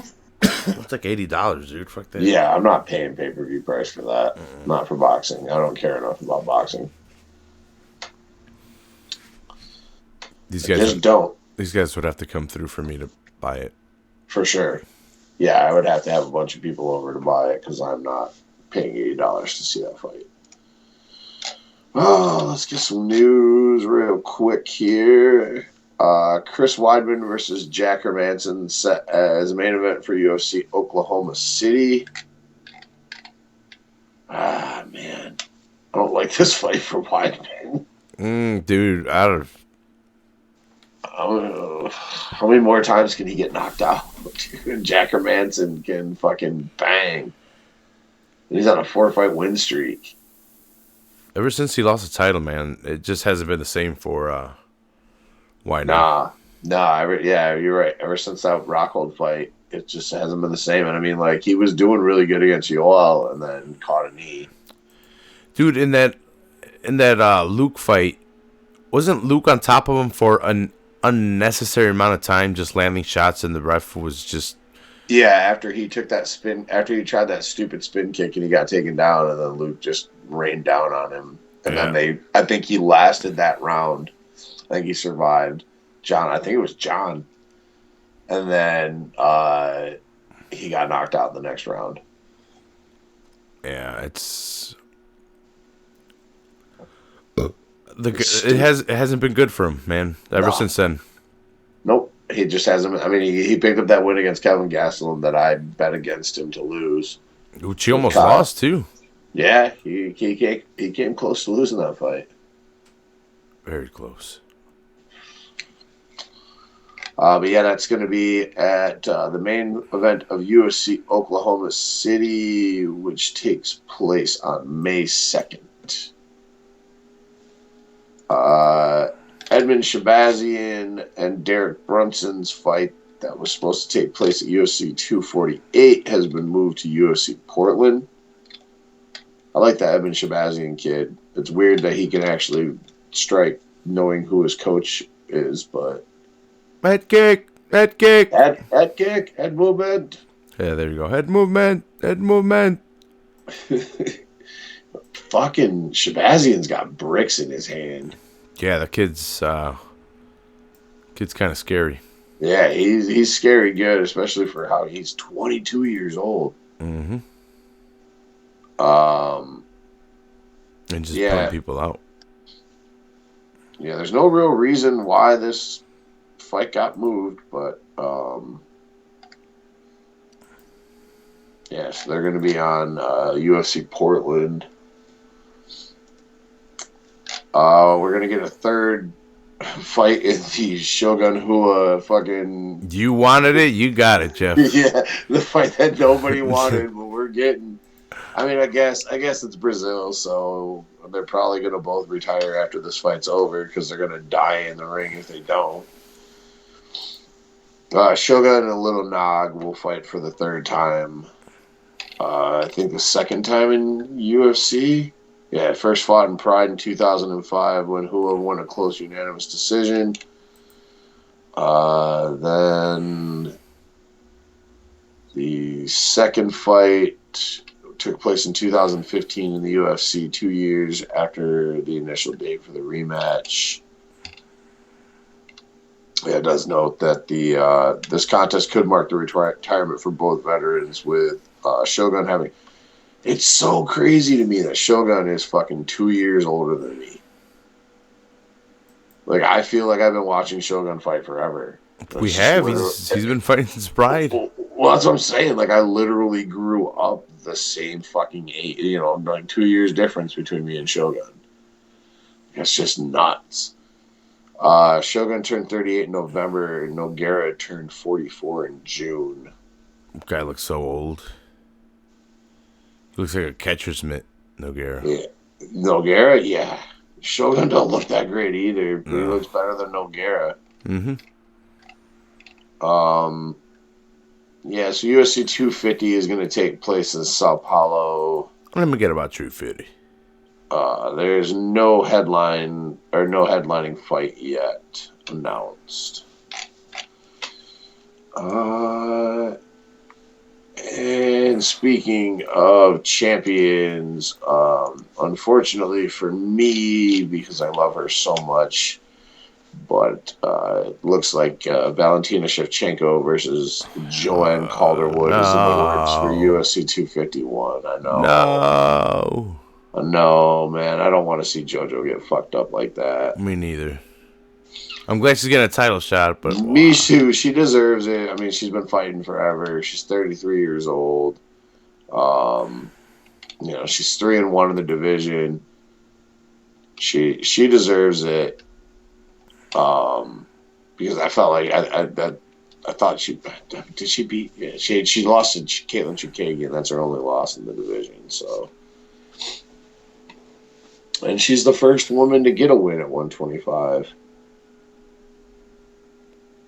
She was first fight at 125?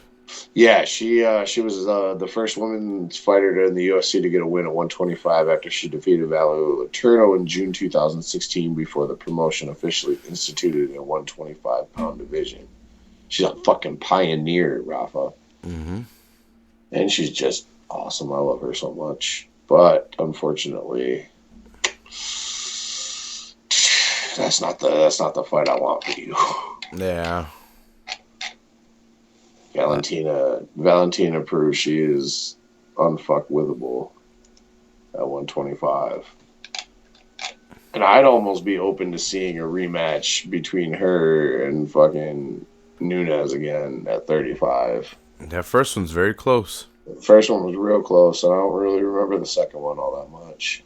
The second one, I could see it a little bit more in Amanda. Was it more decisive Amanda? That's kind of what I remember. But people were still pissed. A lot of people still gave it to Shevchenko. But if you both look at them, I thought the first one you could have probably given it to Shevchenko. Yeah, I think the first one definitely had, because didn't she win like? I know she basically won the first round and maybe arguing the second, and then Amanda took over in the third or something, wasn't it? I think she had Amanda beat, or maybe it was Amanda 1-1, and then Shevchenko, they said 1-1, 2 and 3. I got to go back and rewatch it, but I remember it being really close, and you could go either way. I'd be cool with it because Amanda needs somebody else to fight too. Mm-hmm. Fuck. Yeah, well, yeah. Who's she gonna fight?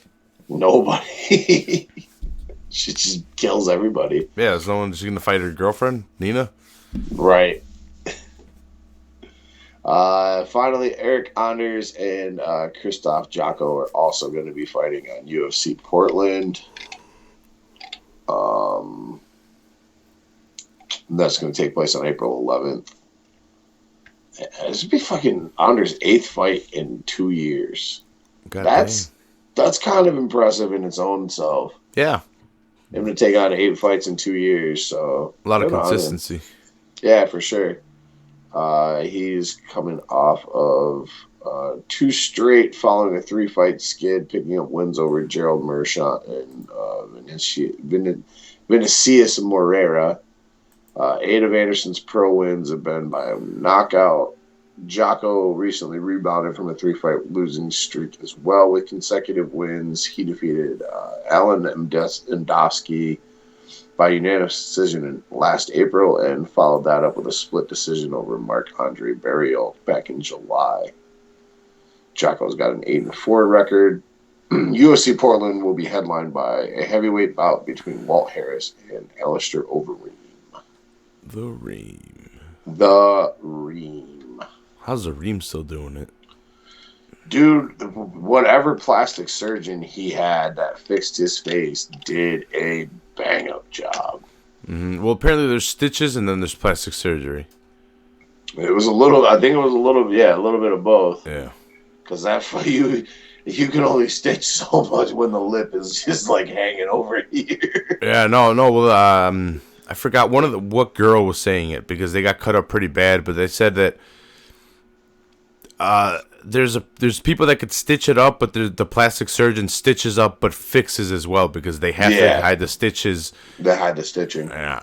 So it doesn't scar. Mm-hmm. Leaves minimal scarring. Yeah, and apparently UFC had a pretty good one.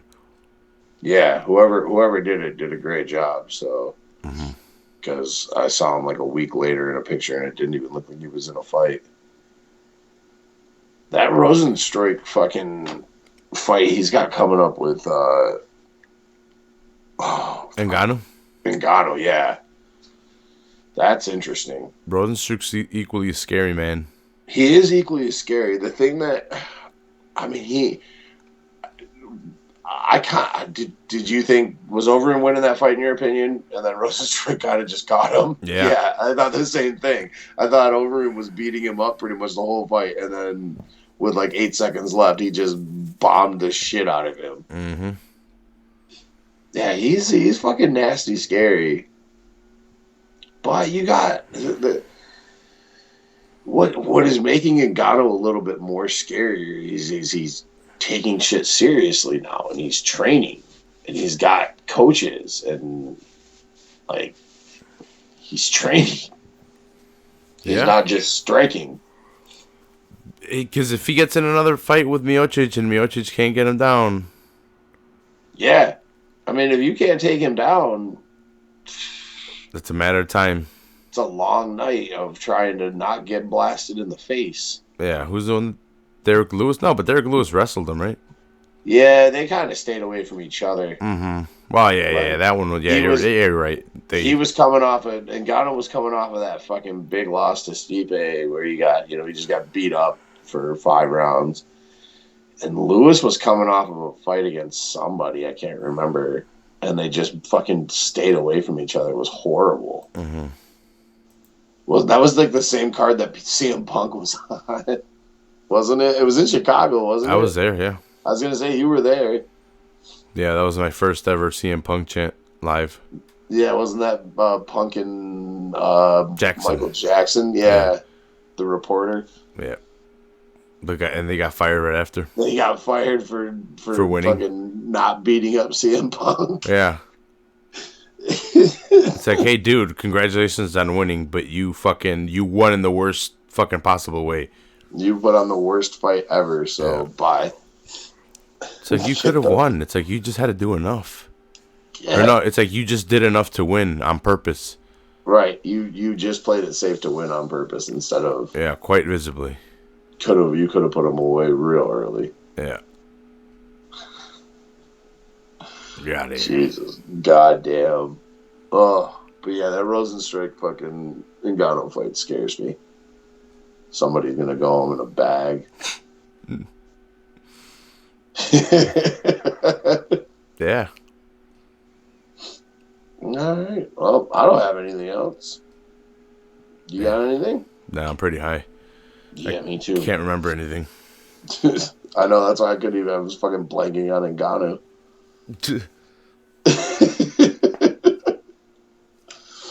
All right. Let me bring this up. All right. Well, that's going to wrap it up for this week's episode. as always, we appreciate you guys tuning in and watching live on YouTube or listening back on the Full Heel Podcast channel, whether it be iTunes, Stitcher, wherever you're getting your podcasts. Make sure you're hitting that subscribe button over there on YouTube. Rate and review, leave some 5 stars. Go check out football on Full Heel if you're a soccer fan. You got all your watch-alongs and breakdowns of old WWF pay-per-views with Ryan and Rafa on the Full Heel Podcast. Yeah, check that out. Yeah. Leave Ryan a comment about bread, because that's what he does. Bread by Ryan on Facebook. Bread by Ryan. Yeah, Bread by Ryan on Facebook. Dude, him and Tony got into like a 20-minute conversation one day on a podcast about bread. Tony asked him about bread, and Ryan just like fucking went into one of his things, and it just went for 20 minutes, and finally it was like, okay, let's stop talking about bread. Ryan didn't know about Fathead though, bro. Do you know the benefits of it? Yeah, no shit. I can't believe his vegan ass didn't know about that. Cheese. Wow, cheese, yeah, he probably can't have it.